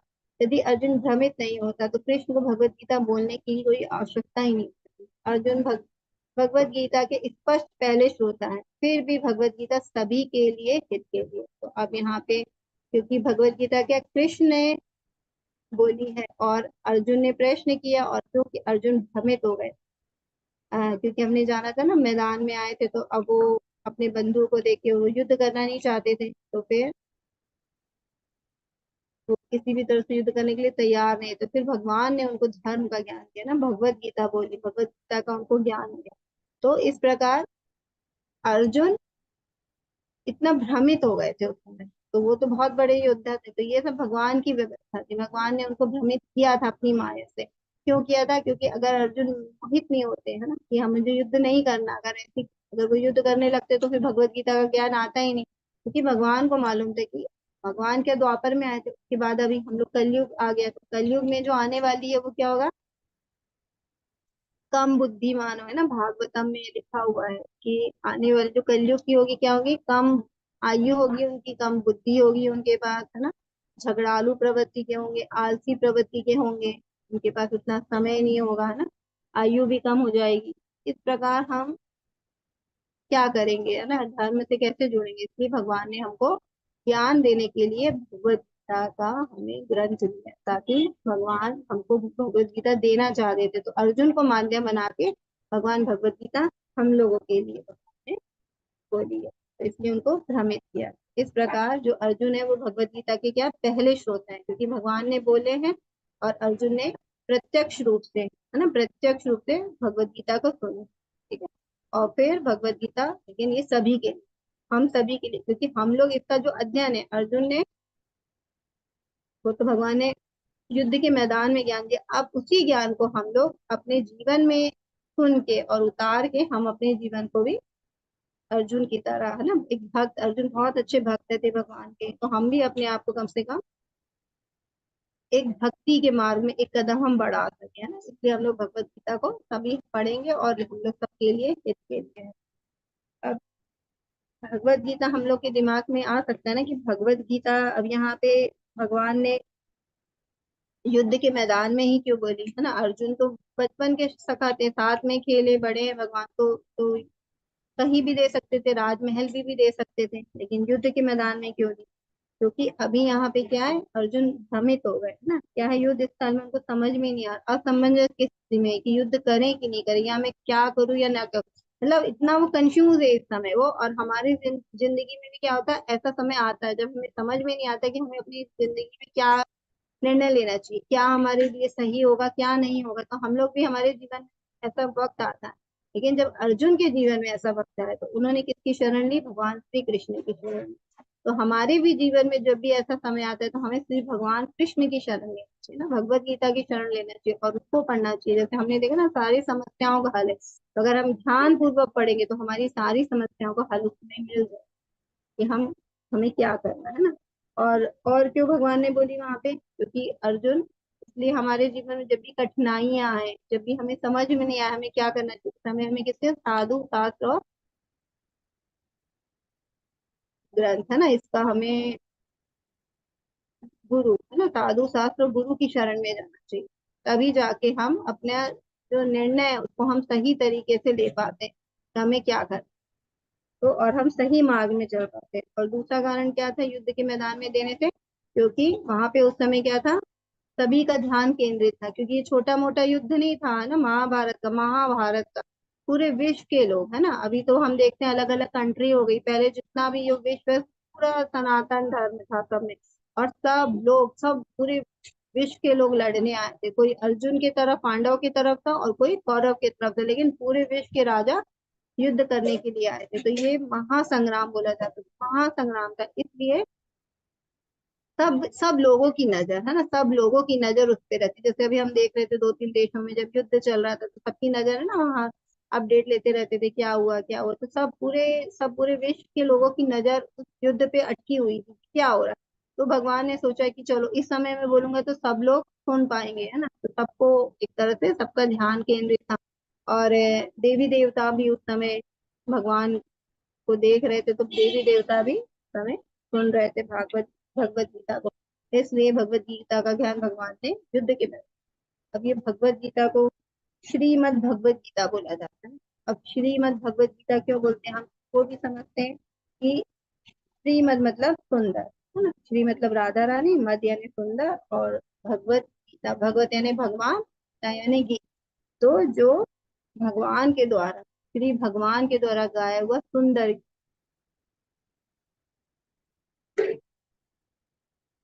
इस प्रकार ये भगवत गीता का मतलब है। तो इसलिए इस ग्रंथ को, जो भगवान ने ज्ञान दिया, को श्रीमद् भगवत गीता बोला गया, क्योंकि भगवान ने गीत के रूप में अर्जुन की सारी समस्याओं का हल किया, तो ये इसीलिए तो भगवान के द्वारा गाया हुआ है, ये इसलिए भगवत गीता, ठीक है। और फिर ये भगवत गीता क्या है, हम जो ये पढ़ रहे हैं तो कौन सी भगवत गीता है? आज भगवत गीता मार्केट में तो बहुत सारी है ना, देखिए हम कौन सी भगवत गीता पढ़ेंगे? यथारूप, है ना, as it is, Bhagavad Gita as it is. तो अब हम एज इट इज क्यों पढ़ते हैं? क्योंकि ये तो एक तो गुरु परंपरा में हमारे गुरु ने इसके तात्पर्य लिखे, जैसे अभी हमने शील प्रभुपाद जी की बात की थी, उन्होंने उस तात्पर्य को लिखने में बहुत संघर्ष किया है ना, तो वो तात्पर्य उन्होंने दिया। उन्होंने बहुत सारे वेदों का ज्ञान था, तो वो वेदों का ज्ञान हमें उस तात्पर्य में दिया है। और ये गुरु परंपरा के माध्यम से हम लेंगे। ठीक है, अभी गुरु परंपरा क्या है ये भी हम जानेंगे आगे। तो और एज इट इज का मतलब था, प्रभुपाद जी ने इसका नाम इसलिए एज इट इज रखा क्योंकि भगवान श्री कृष्ण से जैसा ज्ञान अर्जुन को मिला, वैसे की वैसा ज्ञान हमें, हम वैसा की वैसा ज्ञान देंगे। ठीक है, मतलब जैसा ज्ञान क्या होता है, जो और भी भगवत गीता तो उसमें क्या था, जो आचार्य लोग थे उन्होंने कुछ अपनी तरफ से जोड़ दिया था कि ऐसा होना चाहिए या ऐसा नहीं होना चाहिए। लेकिन यहाँ पे जो भगवत गीता आ रही वो शुद्ध आ रही है एकदम, जैसा भगवान ने अर्जुन को ज्ञान दिया था बिना मिलावट के, क्योंकि हमें ये जानना है कि भगवान ने क्या ज्ञान अर्जुन को दिया था। तो बिना मिलावट के हमें ये ज्ञान को अपने जीवन में ग्रहण करना है। तो ना इस यहाँ पे आचार्यों ने, ना तो आचार्य ना कुछ जोड़ा है ना घटा है ना, जैसा ज्ञान भगवान ने कृष्ण जी ने अर्जुन को दिया वैसे ही वैसा ज्ञान हम इस भगवत गीता में पढ़ेंगे, इसलिए इसे एज इट इज बोला। और भगवत गीता हमें क्यों पढ़नी है ये भी हमने जाना है। तो सारी समस्याओं का हल पुस्तक है, हमारे जीवन का मैनुअल। ठीक है, जैसे हम कुछ भी देखते हैं, इलेक्ट्रॉनिक सामान लाते हैं तो उसका एक मैनुअल कार्ड मिलता है जिससे हम देखते हैं उसको कैसे चलाया जाए ना। तो हमारे जीवन का मैनुअल भगवत गीता को बोला गया है कि ये हमारे जीवन की जितनी समस्या है उसका हम इसके अंदर मिलेगा ना। तो हमें इसलिए भगवत गीता को पढ़ना चाहिए और अच्छे से अपने जीवन में इसके ज्ञान को उतारना चाहिए, है ना, ताकि हम अच्छे से यहाँ पे जो भी भगवान ने जो अर्जुन को ज्ञान दिया उसको जब हम अपने जीव, क्योंकि हमारे भी समस्याएं वही है ना। इसीलिए तो अर्जुन हमें हमें ही रिप्रेजेंट कर रहा है अर्जुन। और इसीलिए भगवान ने अर्जुन को वहां पे भी मोहित किया ना, मोहित कर दिया कि अर्जुन जी जो प्रश्न रखेंगे वो हमारी तरफ से रखेंगे, क्योंकि वो हमारे ही जीवन के प्रश्न है। तो इसलिए हम लोग को अपने जीवन के प्रश्न को वहीं से हल लेना चाहिए और आज हमें भगवत गीता को अच्छे से समझना चाहिए। ठीक है, अब आज हम, सॉरी बहुत लेट चल रही है हमारी क्लास, लेकिन आप लोग प्लीज थोड़ा धैर्य बना के रखिए। आगे चलते हैं हम लोग गीता के जो रहस्यवाद है, गीता में बहुत रहस्य, उसकी यात्रा को हम प्रारंभ करते हैं। आप सभी का बहुत बहुत स्वागत है। आज हम भगवत गीता को जानेंगे, उससे पहले हम भगवत गीता के महत्व को जानते हैं, क्योंकि जब तक हमें इसकी महिमा नहीं पता होगी कि भगवत गीता कितना महत्व है उसका, है ना, जब तक हमें उसका मूल्य नहीं पता चलेगा, है ना, कि कितनी अमूल्य है, तब तक हम इसकी कोई वैल्यू नहीं करेंगे। क्योंकि हमारे पास अगर हीरा हो और हमें पता ही ना वो हीरा है ना, तो हम पत्थर समझ के कहीं भी इधर उधर रखेंगे। लेकिन ये कितनी मूल्यवान है, जब हमें पता चल जाएगा कि वो हीरा है तो हम उसको बहुत हिफाजत से रखेंगे। इसलिए हम लोग महिमा, भगवत गीता की महिमा को जानते हैं, जो कि आदि शंकराचार्य जी ने लिखी है, जो बहुत सुंदर है। हमारे जीवन में क्या है, भगवत गीता का क्या महत्व है ना, उसको हम जानते हैं।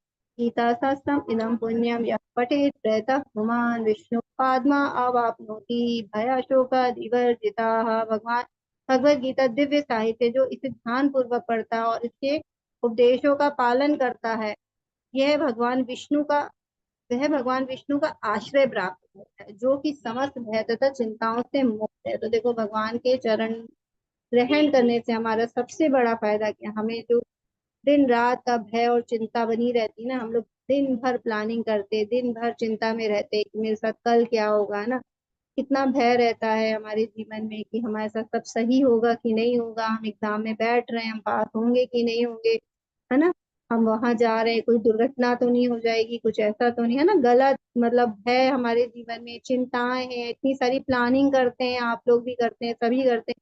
और देखते कभी भी प्लानिंग है ना सक्सेसफुल नहीं होती है ना, हम देखते हैं कि होता वही है जो भगवान चाहते हैं हमारे साथ, है ना, लेकिन फिर भी हम लोग चिंताएं में घिरे रहते हैं। इसलिए जब हम भगवत गीता पढ़ते हैं तो सबसे पहले हमारा भय और चिंताओं से हम मुक्त हो जाते हैं, क्योंकि जिसने भगवान के चरणों में आश्रय ले लिया वो भय मुक्त हो जाता है।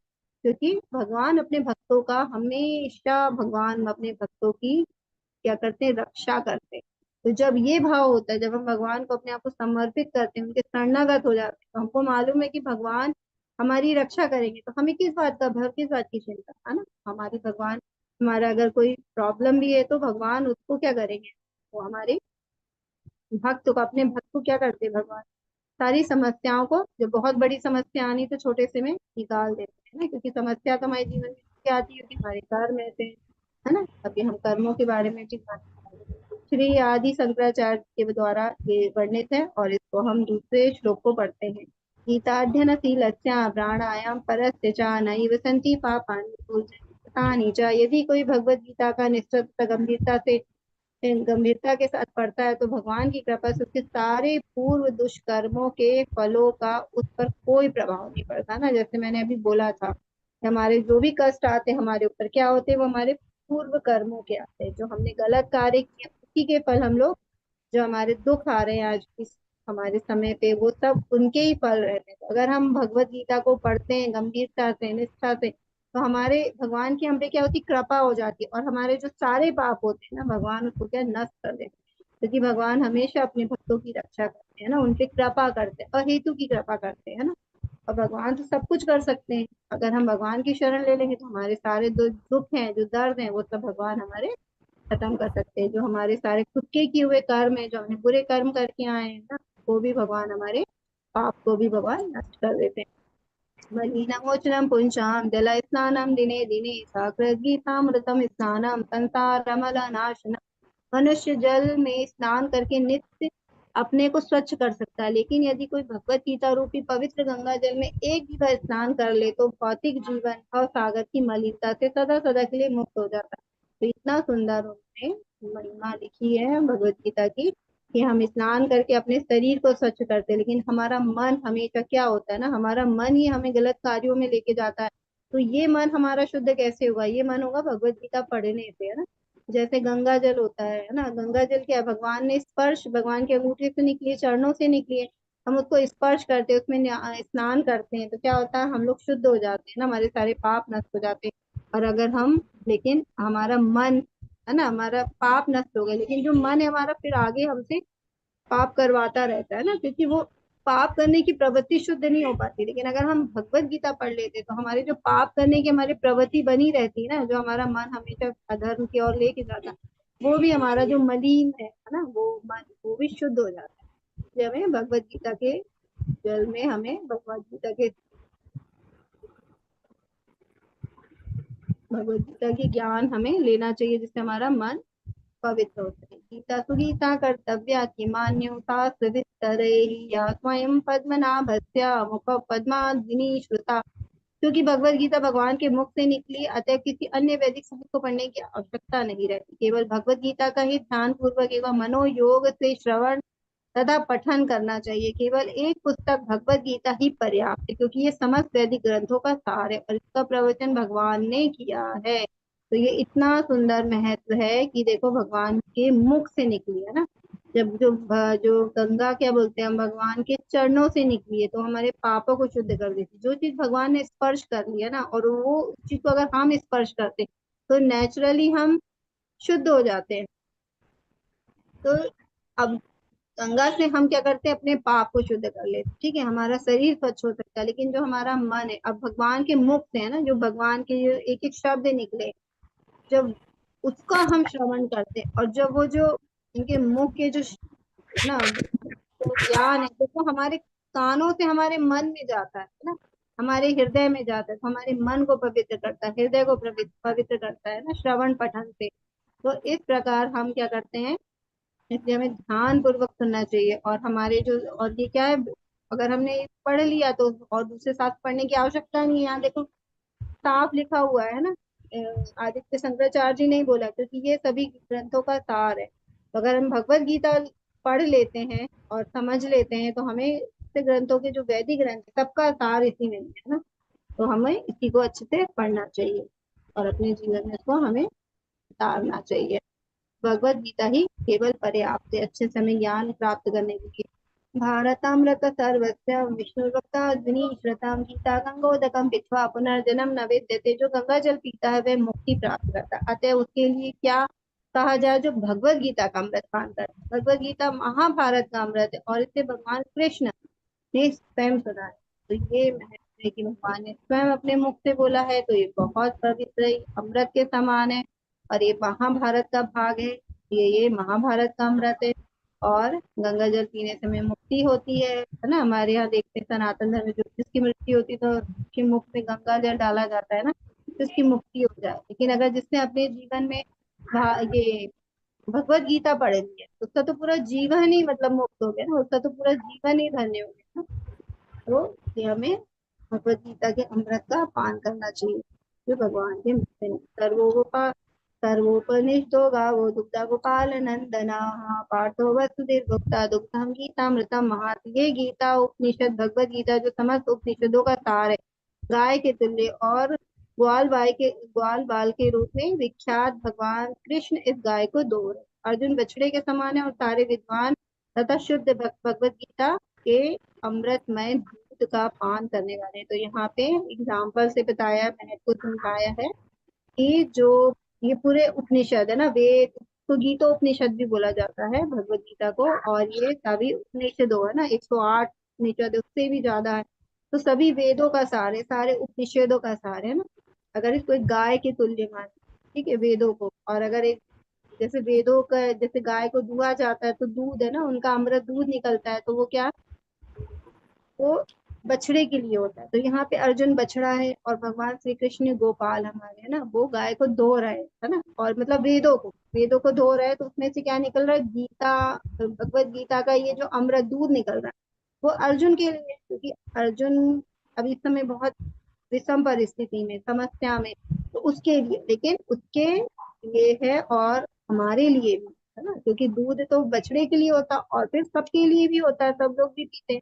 तो तो हमारे सबके लिए, तो जो बहुत सारे विद्वान और शुद्ध भक्त हैं ना, उन्होंने भी अमृतमय जो दूध का पान किया है।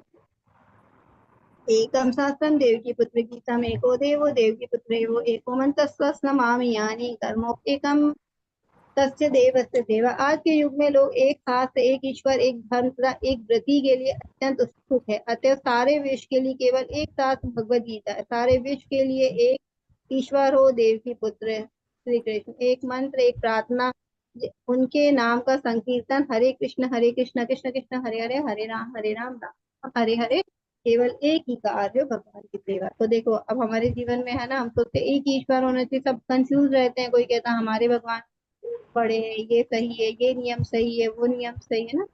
इसलिए क्या होना चाहिए, एक ही शास्त्र होना चाहिए। और जब सारे शास्त्रों का क्या है, सार क्या है भगवत गीता में, तो ये भगवत गीता ही एक सार होना चाहिए धर्म की, है ना, एक ग्रंथ होना चाहिए। और फिर क्या है, ताकि कंफ्यूजन ही नहीं रहेगा, और एक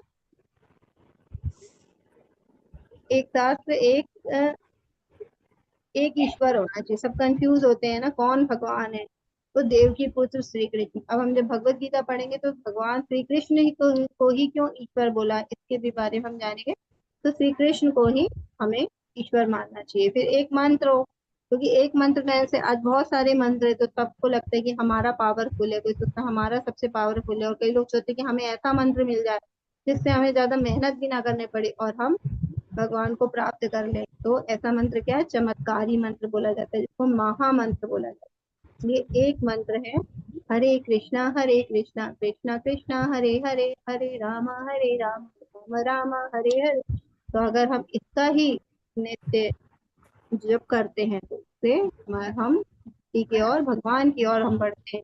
और प्रभुपाद जी ने हमें कैसे करना है इसका भी ज्ञान दिया है ना, और क्यों करना है इसका भी हम आज समझेंगे इसमें अच्छे से, भगवत गीता के ज्ञान में 18 दिन में, कि हमें हरे कृष्ण जब क्यों करना, और ये हमारे जीवन में कितना महत्वपूर्ण है जब करना हमारे जीवन में। और हमारे जीवन का एक ही कार्य होना चाहिए ना, क्या होना चाहिए, भगवान की सेवा। इस प्रकार आज हमने भगवत गीता के महत्व को जाना।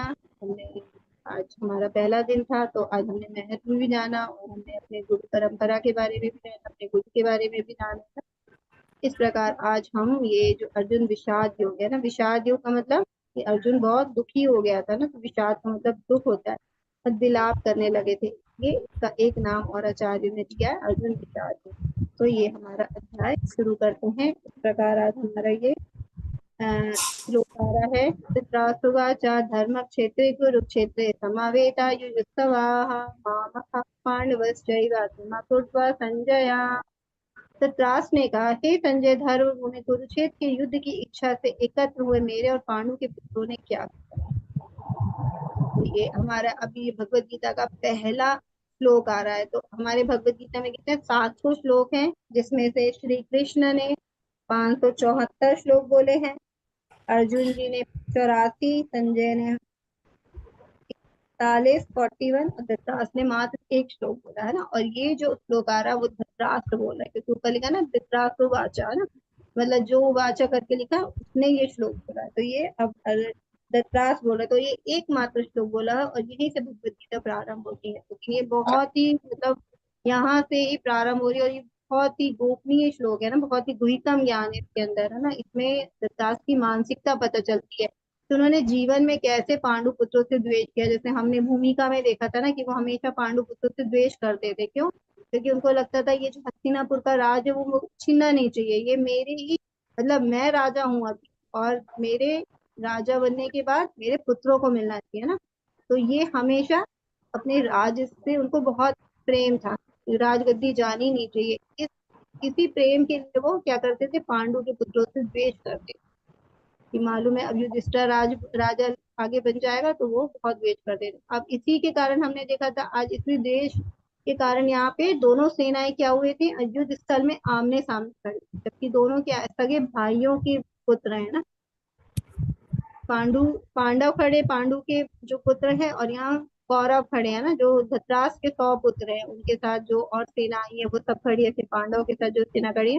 तो इस प्रकार ये दोनों युद्ध के मैदान में आज खड़े हैं ना, वही सिर्फ एक द्वेष के कारण। तो और ये क्या बोला है धृतराष्ट्र ने, अब ये धृतराष्ट्र क्या बोल रहे हैं संजय से। अब हम ये भी जानेंगे कि अब ये संजय कौन है ना। तो संजय कौन है, जो सेवक थे धृतराष्ट्र के, और धृतराष्ट्र की हमने जानते हैं वो जन्म से अंधे थे। तो इनके जो पिता थे वेद व्यास देव जी थे। तो जब युद्ध होने वाला था, क्योंकि ये तो भाग नहीं ले सकते थे ना युद्ध के मैदान में, क्योंकि ये अंधे थे, तो उनको वेद व्यास जी ने बोला था कि तुम क्या हो रहा है युद्ध के मैदान में, तुम देख सकते हो युद्ध कैसा हो रहा है, तो मैं दिव्य दृष्टि देता। क्योंकि वेद व्यास जी हम जानते हैं ना भगवान के सप्तवेश अवतार है, और वो बहुत ही ज्ञानी। आज महाभारत जो हम पढ़ रहे हैं भगवत गीता, ये सब क्या वेद व्यास जी की कृपा से हमें महाभारत प्राप्त हुआ। और जितने वेद ग्रंथ है सब वेद व्यास जी ने लिखे। तो बहुत ही ज्ञानी विद्वान और बहुत अच्छे योगी ना, दिव्य शक्तियों के स्वामी है व्यास देव जी।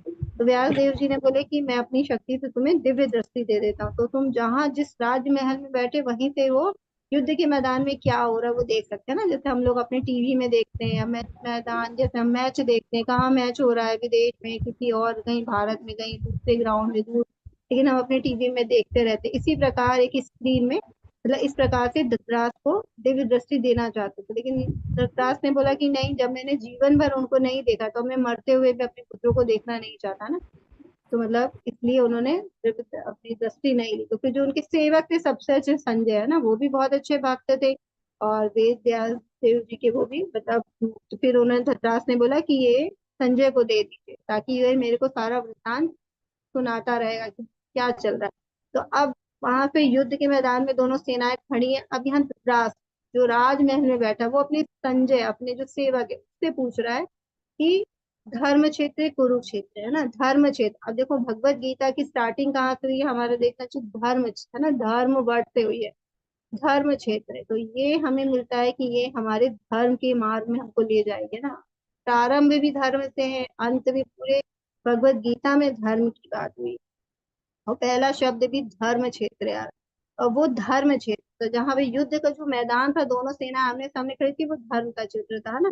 क्यों धर्म का क्षेत्र था? क्योंकि जो कुरुक्षेत्र बोला गया ना, कुरुक्षेत्र मतलब कुरु एक राजा थे, जो कि जब पांडु और जो धृतराष्ट्र थे उनसे बहुत पहले उनके ही जो पूर्वज थे कुरु राजा, तो वो बहुत ही अच्छे राजा थे, बहुत ही धर्म युक्त राजा थे, और वो चाहते थे उनके राज में सब कुछ धर्म युक्त हो ना।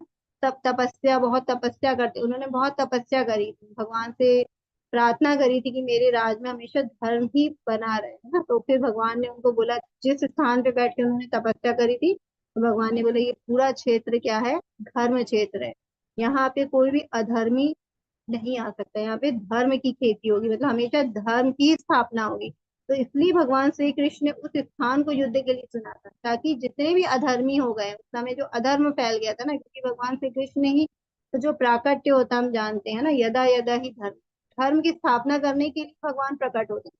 तो भगवान श्री कृष्ण आए थे तो वो धर्म की स्थापना। अब यहाँ पे इतने सारे अधर्मी लोग उस समय हो गए थे, तो सबको भगवान चाहते थे कि सभी इस युद्ध में भाग ले, और सारे अधर्मी, क्योंकि ये स्थान ही धर्म क्षेत्र है, तो यहाँ पे सब अधर्मियों का नाश हो जाएगा और धर्म की स्थापना हो जाएगी। जो धर्मी होंगे वो राजा बच जाएंगे, जो अधर्मी होंगे सबका नाश हो जाएगा।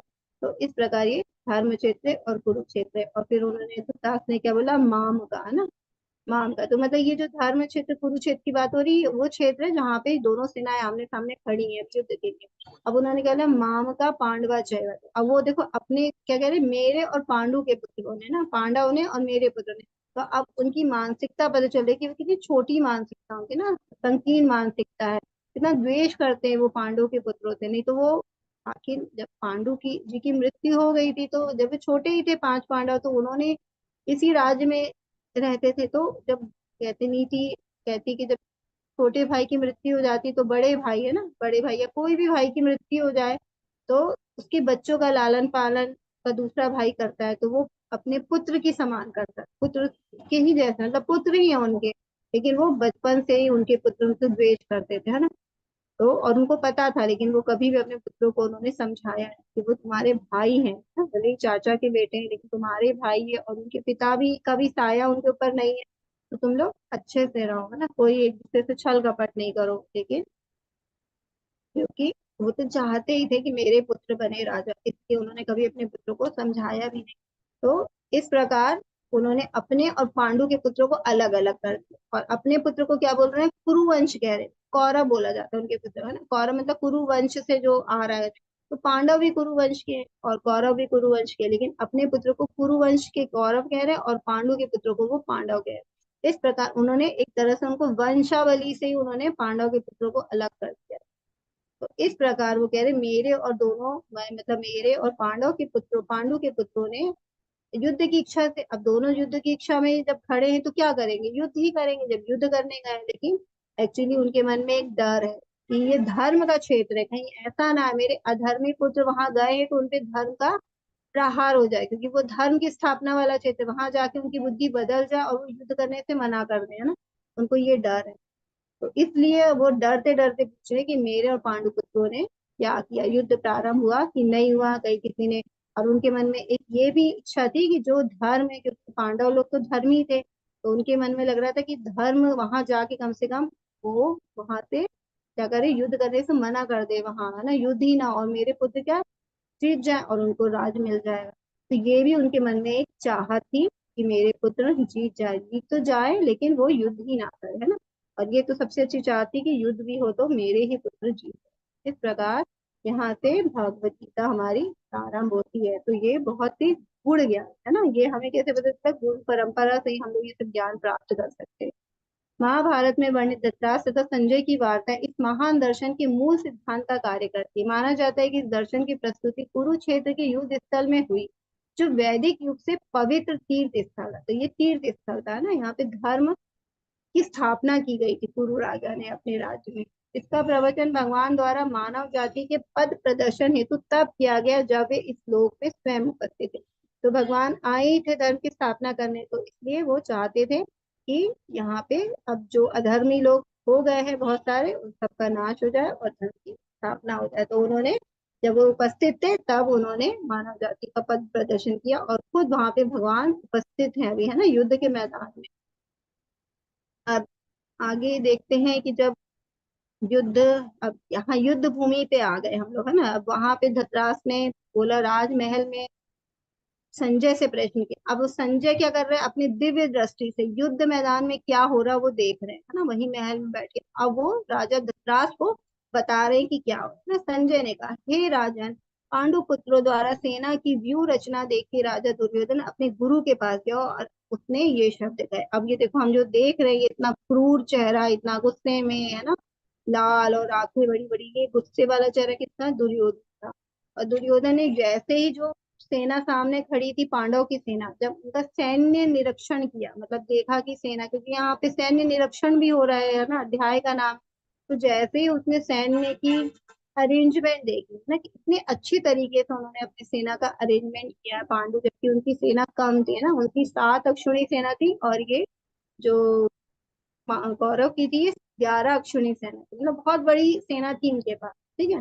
और फिर भी उनका अरेंजमेंट इतना अच्छा था कि उनको देख के क्या, और वो जो क्योंकि अधर्मी था तो वो वैसे ही डर गया कि कहीं ऐसा उसके मन में भय आ गया कि मैं कहीं हार ना जाऊं, इसके डर के जो उसके अंदर डर आए, तो वो डर को छुपाते हुए अब वो डर कहाँ निकालेंगे, अपने गुरु के सामने। अपने गुरु द्रोणाचार्य के पास गए और वहां जाके क्या कह रहे हैं कि अब क्या कह रहे हैं, हे आचार्य, पांडु पुत्रों की विशाल सेना को देखकर जिसे आपके बुद्धिमान शिष्य द्रुपद के पुत्र ने इतने कौशल से व्यवस्थित किया। तो अब ये अपने गुरु को टॉन्ट मार रहे हैं कि वो उनको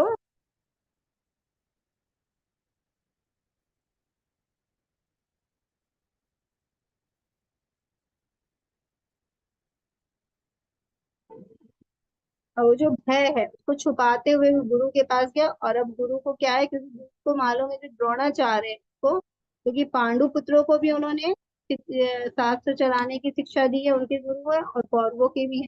लेकिन उनके सबसे जो प्रिय जो वो शिष्य हैं वो अर्जुन है, तो उनके लिए उनका सॉफ्ट कॉर्नर, तो वो उनको टॉन्ट मार रहे हैं, है ना। और उनके जो द्रुपद है उनके थोड़ा सा शत्रु हैं। तो शत्रु के पुत्र जो धृष्टद्युम्न है वो पांडवों की सेना के सेनापति। तो अब वो धृष्टद्युम्न का नाम नहीं ले रहा, द्रुपद का नाम ले रहा कि द्रुपद के पुत्र में, है ना, इतने कौशल ताकि वो थोड़ा सा और ज्यादा भड़क जाए। और वो जितना जो युद्ध करने के लिए उनके अंदर अगर थोड़ी भी मन में संकोच हो कि मेरा प्रिय पित्र शिष्य सामने खड़ा है, मैं इतने अच्छे से मतलब युद्ध ना करे, तो उनको भी क्रोध से वो मतलब क्रोध दिला, ताकि वो उतने ही उत्साह से युद्ध कर सके। इस प्रकार वो द्रोणाचार्य को जाके व्यंग्यात्मक तरीके से उनको बोल रहे, जबकि गुरु के सामने हमेशा विनम्रता से बोला जाता है ना, लेकिन ये अधर्मी है दुर्योधन। जबकि उसी के वही क्या, जो पांडव पुत्र थे उन्होंने युद्ध से पहले सब अपने गुरु के और अपने जो पितामह वगैरह थे उनका क्या लिया था, प्रणाम किया था युद्ध से पहले, है ना। और ये अपने गुरु से प्रणाम तो नहीं कर रहे, ऊपर से उनको खरी खोटी सुना, ये दुर्योधन था। जब कुरु वंश के वयोवृद्ध परम प्रतापी एवं वृद्ध पितामह ने सिंह गर्जना की सी ध्वनि करने वाले अपने संग को उच्च स्वर में बजाया, जिससे दुर्योधन को हर्ष हो। तो अब जो भीष्म पितामह थे, है ना, वो तो जानते थे दुर्योधन के जो स्वभाव था, वो समझ गए कि अब दुर्योधन भयभीत हो गया है, तो उन्होंने दुर्योधन को हर्ष हो, इसलिए उन्होंने अपने शंख को बजाया।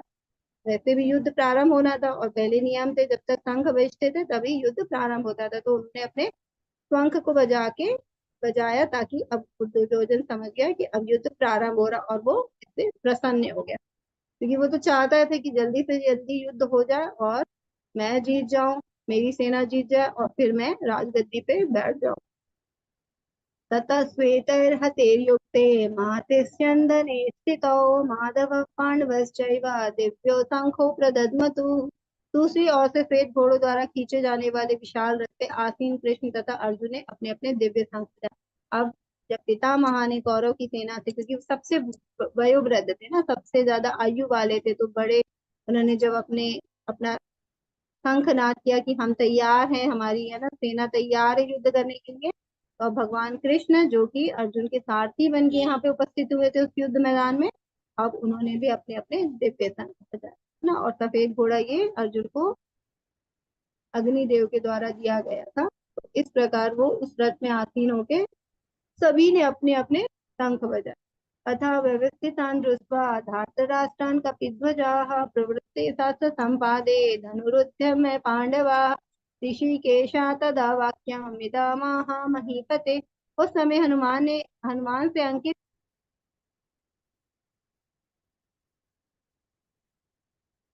हनुमान से अंकित ध्वजा लगे रथ पर आसीन पांडुपुत्र अर्जुन अपना धनुष उठाकर तीर चलाने के लिए उद्यत हुआ। हे राजन, धृतराष्ट्र के पुत्रों को व्यूह में खड़ा देखकर अर्जुन ने श्री कृष्ण से ये वचन है। अब युद्ध लगभग प्रारंभ हो चुका है, क्योंकि शंखनाद हो चुका है, तो अब अर्जुन भी पूरी तरह से तैयार है अपने युद्ध करने के लिए। और वो श्री कृष्ण जी से बोलते हैं, जब सामने देखते हैं तो वो कहते हैं कि अर्जुन ने कहा, हे अच्युत, कृपा करके मेरा रथ दोनों सेनाओं के बीच में ले चलो, जिससे मैं यहाँ युद्ध की अभिलाषा रखने वालों को और सच की इस महान परीक्षा में मुझे किससे संघर्ष करना है, जिससे मुझे संघर्ष करना उन्हें देख सकूं। तो अर्जुन के मन में एक प्रश्न आया कि एक बार मैं जो भी मेरे सामने युद्ध करने के लिए आए, मैं उनको एक बार उनका अरेंजमेंट देख लूं, सेना का थोड़ा सा निरीक्षण कर लूं अच्छे से, ताकि मुझे उनकी क्या है, उनकी क्षमता, उनमें क्या क्षमता है, क्योंकि वो सब उन्हीं से परिचित है, उन्हीं के भाई बंद है, तो उनकी क्या क्या क्षमताएं हैं, क्या क्या उनकी कमियां, उनको मैं अच्छे से समझ सकूं, ताकि मैं युद्ध करने और अच्छे से मैं संघर्ष कर पाऊंगा। ऐसे बोला कि दोनों रथ, दोनों जो सेनाएं खड़ी हैं उसके बीच में मेरा रथ ले चलो, ताकि जो भी युद्ध करने के लिए यहाँ पे लोग आए हैं, है ना, उनको मैं अच्छे से देख सकूं और मैं समझ सकूं कि मेरे को उनसे कैसे युद्ध, है ना, एक स्ट्रेटेजी बनाई जाती है, तो मैं अच्छे से समझ सकूं कि मैं किस नीति से उनसे मुझे युद्ध करना है। अर्जुन ने वहां पर दोनों पक्षों की सेनाओं के मध्य में अपने चाचा, ताऊओं, पितामह, गुरुओं, मामा, भाइयों, पुत्रों, पत्रों, मित्रों, ससुरों तथा शुभ चिंतकों को देखा। अब वो लाइन से अपना एक एक व्यक्ति को देख रहे हैं अर्जुन के सामने पक्ष में जो भी है, कौन कौन खड़ा है सेना में। जब उन्होंने अपने ही सारे रिश्तेदार को देखा, क्योंकि सारे भाई बंद ही, है ना, विपक्ष में खड़े हैं, तो इस प्रकार जैसे ही उन्होंने सब, क्योंकि बहुत सारे उनमें ऐसे थे, मतलब कौरव तो अधर्मी थे, लेकिन उनके साथ जो उनके पक्ष में लड़ने वाले थे बहुत सारे ऐसे थे, जैसे पितामह थे, दुर्योधन, जो द्रोणाचार्य जी थे उनके गुरु, वो सब क्या थे, इनके वेल विशेष थे ना, उनको शुभ चिंता, उनको आशीर्वाद देते थे जो हमेशा, और हमेशा उनका भला चाहते थे, तो वैसे भी लोग उस युद्ध में खड़े थे, सब अपनी अपनी कुछ कुछ परिस्थितियां थी जिस कारण वो उस सेना में खड़े थे, है ना, चाहते तो थे कि वो पांडव का साथ दे, लेकिन परिस्थितियां उनके सामने ऐसी थी कि उनको उस राज कौरव की जो अधर्मी सेना का उनको साथ देना पड़ रहा था।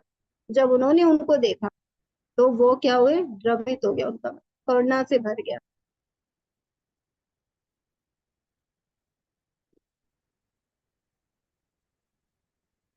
अर्जुनुवाच दृष्ट्वेवं सजनं कृष्ण युयुत्सं समुपस्थितं सीदन्ति मम गात्राणि मुखैः च परिशुष्यति। अर्जुन ने कहा, हे कृष्ण, इस प्रकार युद्ध की इच्छा रखने वाले मित्रों तथा संबंधियों को अपने समक्ष उपस्थित देखकर मेरे शरीर के अंग कांप रहे और मेरा मुख सूखा जा रहा है। अब जैसे उन्होंने करीब से सब मित्रों को देखा, अपने परिवार के वेल विशेष को देखा, ये तो सब मेरे शुभचिंतक है, मेरा भला चाहते हैं, तो मेरे गुरु हैं, मेरे पितामह है, मेरे मामा है, हाँ, मेरे कुछ ससुर भी है, क्योंकि सब के परिवार वाले थे। तो जैसे उन्होंने देखा तो अब उनको, उनका मन करुणा से भर गया, क्योंकि वो बहुत अच्छे भक्त थे, बहुत धर्मयुक्त थे, धर्म से चलने वाले थे, तो उनको बहुत ही करुणा आ गई उनके लिए। तो उनके शरीर के जो अंग है क्या करने लगे, उनके शरीर के,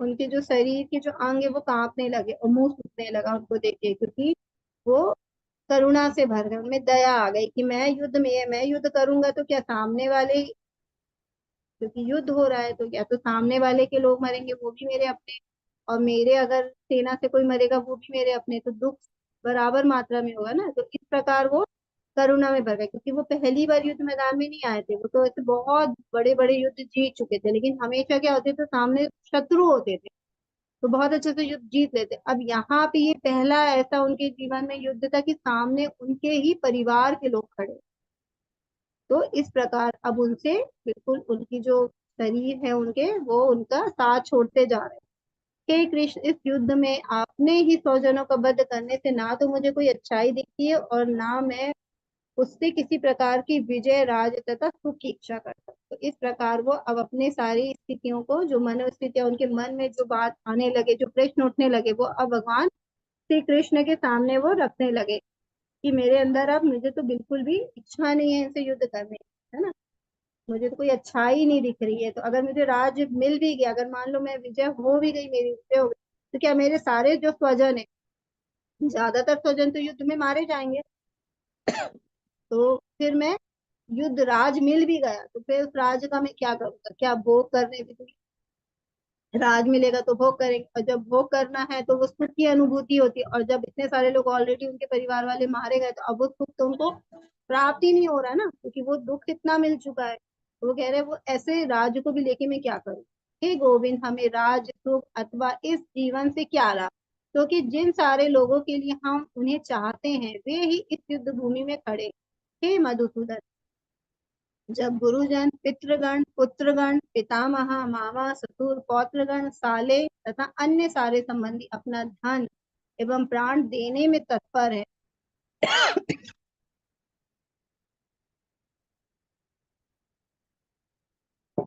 और मेरे समक्ष खड़े हैं, तो फिर मैं इन सबको क्यों मारना चाहूंगा, भले ही वे मुझे क्यों ना मार डाले। हे जीवों के पालक, मैं इन सबों से लड़ने को तैयार नहीं, भले ही बदले में मुझे तीनों लोग क्यों ना मिलते। इस पृथ्वी की तो बात ही छोड़ दो, भला धृतराज के पुत्रों को मार के हमें कौन सी प्रसन्नता मिलेगी। देखिए अर्जुन कितने अच्छे भक्त हैं, कितने अच्छे व्यक्ति हैं, कितने इतने महान योद्धा होके भी उनके लिए धृतराज के पुत्र जो उनसे हमेशा बचपन से उनसे द्वेष करते आ रहे हैं ना, तब भी वो उनके लिए इतने अच्छे वचन बोल रहे हैं कि वो मेरे ही भाई हैं, मैं उनसे युद्ध क्यों करूं। अगर वो मुझे मारना चाहते हैं तो मुझे मार दे, मैं तो शस्त्र भी नहीं उठाना चाहता हूँ, क्योंकि मैं ऐसे अपने भाइयों से युद्ध लड़के मुझे क्या मिलेगा, मुझे कुछ नहीं मिलेगा। ऐसे जीवन अगर मिल गया, राज्य जीत भी गया मैं, तो भी क्या है, मेरे को हमेशा ग्लानि बनी रहेगी कि मैंने अपने ही भाइयों को मार के ये राज्य को प्राप्त किया है ना? तो वो किसी भी तरह से अभी वो युद्ध करने के लिए तैयार ही नहीं है। और कह रहे हैं कि मुझे चाहे तीनों लोग क्यों ना मिलते हैं ना, हम तीन लोग, जो स्वर्ग है और पाताल है नीचे और ये धरती है, तीन लोग बोले जाते हैं। तो बोलते हैं मुझे तो अभी से पृथ्वी मिलने वाली है, अगर मैं जीत जाऊंगा तो पूरा पृथ्वी के मतलब राजा युधिष्ठिर बनेंगे, तो उनके साथ वो भोग करेंगे। लेकिन कह रहे हैं कि ये पृथ्वी का राज तो छोड़ो, अगर मुझे तीनों भुवन का भी राज मिल रहा हो तो वो भी मुझे नहीं चाहिए, क्योंकि मेरे मरने वाले सब मेरे भाई बन। तो धतरास, देखिए धतरास के लिए भी वही रिश्ता, सॉरी, दुर्योधन के लिए भी वही रिश्ता था अर्जुन से जो अर्जुन का दुर्योधन से था। लेकिन क्योंकि वो अधर्मी था तो उसके अंदर तो ये सब बात आ ही नहीं रही थी, उसकी मनोस्थितियां थी कि बस फटाफट युद्ध हो जाए और युद्ध में मैं जीत जाऊं और मैं राज को मुझे प्राप्त हो जाए और मैं राज को भोग। और यहाँ पे क्योंकि बहुत अच्छे वो धर्मी थे और क्या थे, भक्त थे, तो अब वो उनके मन में ये प्रश्न आ रहा है कि मैं ऐसे राज को क्या करूंगा ना, अपने परिवारजनों से ही मुझे क्यों युद्ध करना। कुल का नाश होने पर सनातन कुल परंपरा नष्ट हो जाएगी और इस तरह शेष कुल भी अधर्म में प्रवृत्त हो जाएगा। हे कृष्ण, जब कुल में अधर्म प्रमुख हो जाता है तो कुल की स्त्रियां दूषित हो जाती है और स्त्रीत्व के पतन से वे वंशी अवांछित संतान में उत्पन्न होगी। अब ये क्योंकि किसी भी हालत में अब युद्ध नहीं करना चाहते हैं, तो इसलिए वो तरह तरह के भगवान को, मतलब वो ज्ञानी भी है अर्जुन, बहुत ज्ञानी है, गुड़ा केसा बोला जाता है। उन्होंने अज्ञान को जीत लिया है भगवान के साथ रह के, अज्ञान पे उनकी बिल्कुल पकड़ है, तो वो उनको पता है कि जब वो दूर दृष्टि से देख पा रहे हैं कि युद्ध होने के बाद क्या होगा, है ना, सारे जो युद्ध में क्योंकि पुरुष आते हैं तो सारे पुरुष मारे जाएंगे, तो फिर स्त्रियां क्या होगी, दूषित हो जाएंगी, है ना। इस प्रकार वो अपने और कुल की परंपराएं नष्ट हो जाएंगी, सब लोग क्या हो देंगे, अधर्म में चले जाएंगे, क्योंकि जो बुजुर्ग लोग हैं, बहुत सारे लोग हैं, वो क्या होंगे, यहाँ पे मारे जाएंगे युद्ध में, तो उनके घर परिवार भी क्या होंगे, सब नष्ट हो जाएंगे, बहुत सारे, है ना। तो और जो भी कुल होगा उनका, अब वो कुल में भी क्या, जो जो यंगस्टर भी आए तो उनके कुल दीपक जो होंगे वो खत्म हो जाएंगे, तो उनको पानी देने वाला भी नहीं होगा ना, पितरों को भी कौन पानी देगा। तो इस प्रकार वो तरह तरह की अपनी दूरदृष्टि से देखी कि युद्ध के बाद क्या क्या स्थिति हो सकती है, वो सब भगवान को अपनी स्थिति को, मतलब मन की इच्छाओं को वो भगवान के सामने रख रहे हैं। संकरो नरकस्येव कुलघ्नाना कुलस्य च पतन्ति पितरो हेषां लुप्तपिण्डोदकक्रियाः। अवांछित संतानों की वृद्धि से निश्चय परिवार के लिए पारिवारिक परंपरा को विनष्ट करने वालों के लिए नारकीय जीवन उत्पन्न होता है। ऐसे पतित कुलों के पुरखे गिर जाते और उन्हें जल तथा पिंडदान देने की क्रियाएं समाप्त हो जाती है ना। जो हमारे परिवार से चले गए हैं, जो हमारे पितर हो जाते हैं, उनको क्या होता है ना, आने वाली संतानें उनको ब्राह्मण को भोजन कराती है, जल दान करती है ना, पिंड दान करती है। लेकिन जो आने वाली जो संतानें हैं, मतलब जो है, वो ही जब युद्ध में चली जाएगी, खत्म हो जाएगी, जो पितृ है वो भी सब, उनको जल देने वाला कोई नहीं होगा। और जो अवांछनीय संतानें होंगी वो अगर जल देंगी तो जल उनको प्राप्त ही नहीं होगा, जल लगेगा ही है। इस प्रकार वो भी अपने क्या, अपने लोक से गिर जाएंगे, उनका भी पतन हो जाए। तो इस प्रकार वो अपनी सारी जो हो सकता था युद्ध के बाद वो सारी बातें भगवान के सामने रखते। संजय उवाच एवं अर्जुन सांख्ये यथोपस्थ उपाविशतु सजय विसनई चापा शोक संविघ्न मानसाः। संजय ने कहा, युद्ध भूमि में इस प्रकार कहकर अर्जुन ने अपने धनुष तथा बाण बाण को एक और रख दिया और शोक शोक संतृप्त चित्त से रथ के आसन पे बैठ गए।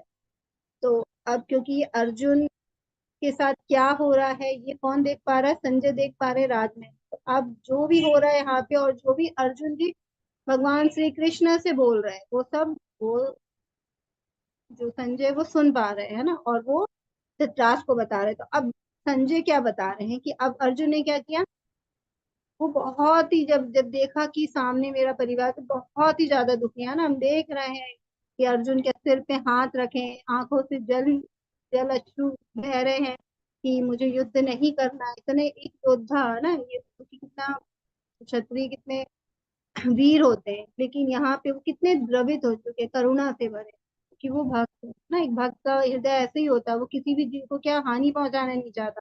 और जब वहां पे खुद ही वो क्षत्रिय है, लेकिन उसमें क्षत्रिय का गुण भी है, लेकिन फिर भी वो अपने परिवारजन होने के कारण युद्ध नहीं करना चाहते। तो इस प्रकार यहाँ पे उन्होंने क्या किया, बिल्कुल युद्ध करने से मना कर दिया और अपने जो धनुष, जो गांडीव उनका धनुष था, वो उन्होंने एक तरफ रख दिया और बहुत ही दुखी मन से वो रथ पर बैठ गए कि अब मुझे तो युद्ध नहीं करना। इस प्रकार ही आज हमारा पहला अध्याय आज का समाप्त हुआ है। अब अर्जुन ने जो भी स्थिति रखी है, जो भी उनके जो डाउट थे ना, जो भी उनके असमंजस की स्थिति है, वो सब हमें कल के अध्याय में देखने को मिलेगी कि भगवान ने अब इस प्रश्नों का क्या जवाब दिया। क्योंकि अभी हमने देखा धृतराष्ट्र की मानसिकता क्या थी युद्ध में, अर्जुन की मानसिकता क्या थी और दुर्योधन की मानसिकता क्या थी। अब हमें क्या करना है, भगवान की मानसिकता देना है कि भगवान हमें क्या, हमें इसका हल देते हैं, है ना।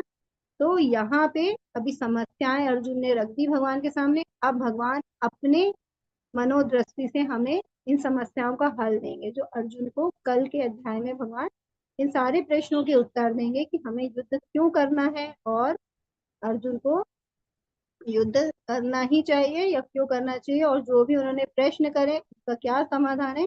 इसलिए आप सभी का आज के अध्याय में बहुत बहुत धन्यवाद शामिल होने के लिए। आप कल कल भी अवश्य उपस्थित होइएगा। कल हम बहुत अच्छे से जानेंगे, क्योंकि पहला अध्याय थोड़ा सा बोरिंग सा लगता है। मैं तो खुद ही, मतलब मेरा पर्सनल एक्सपीरियंस है कि हमें लगता है कि हरे कृष्णा।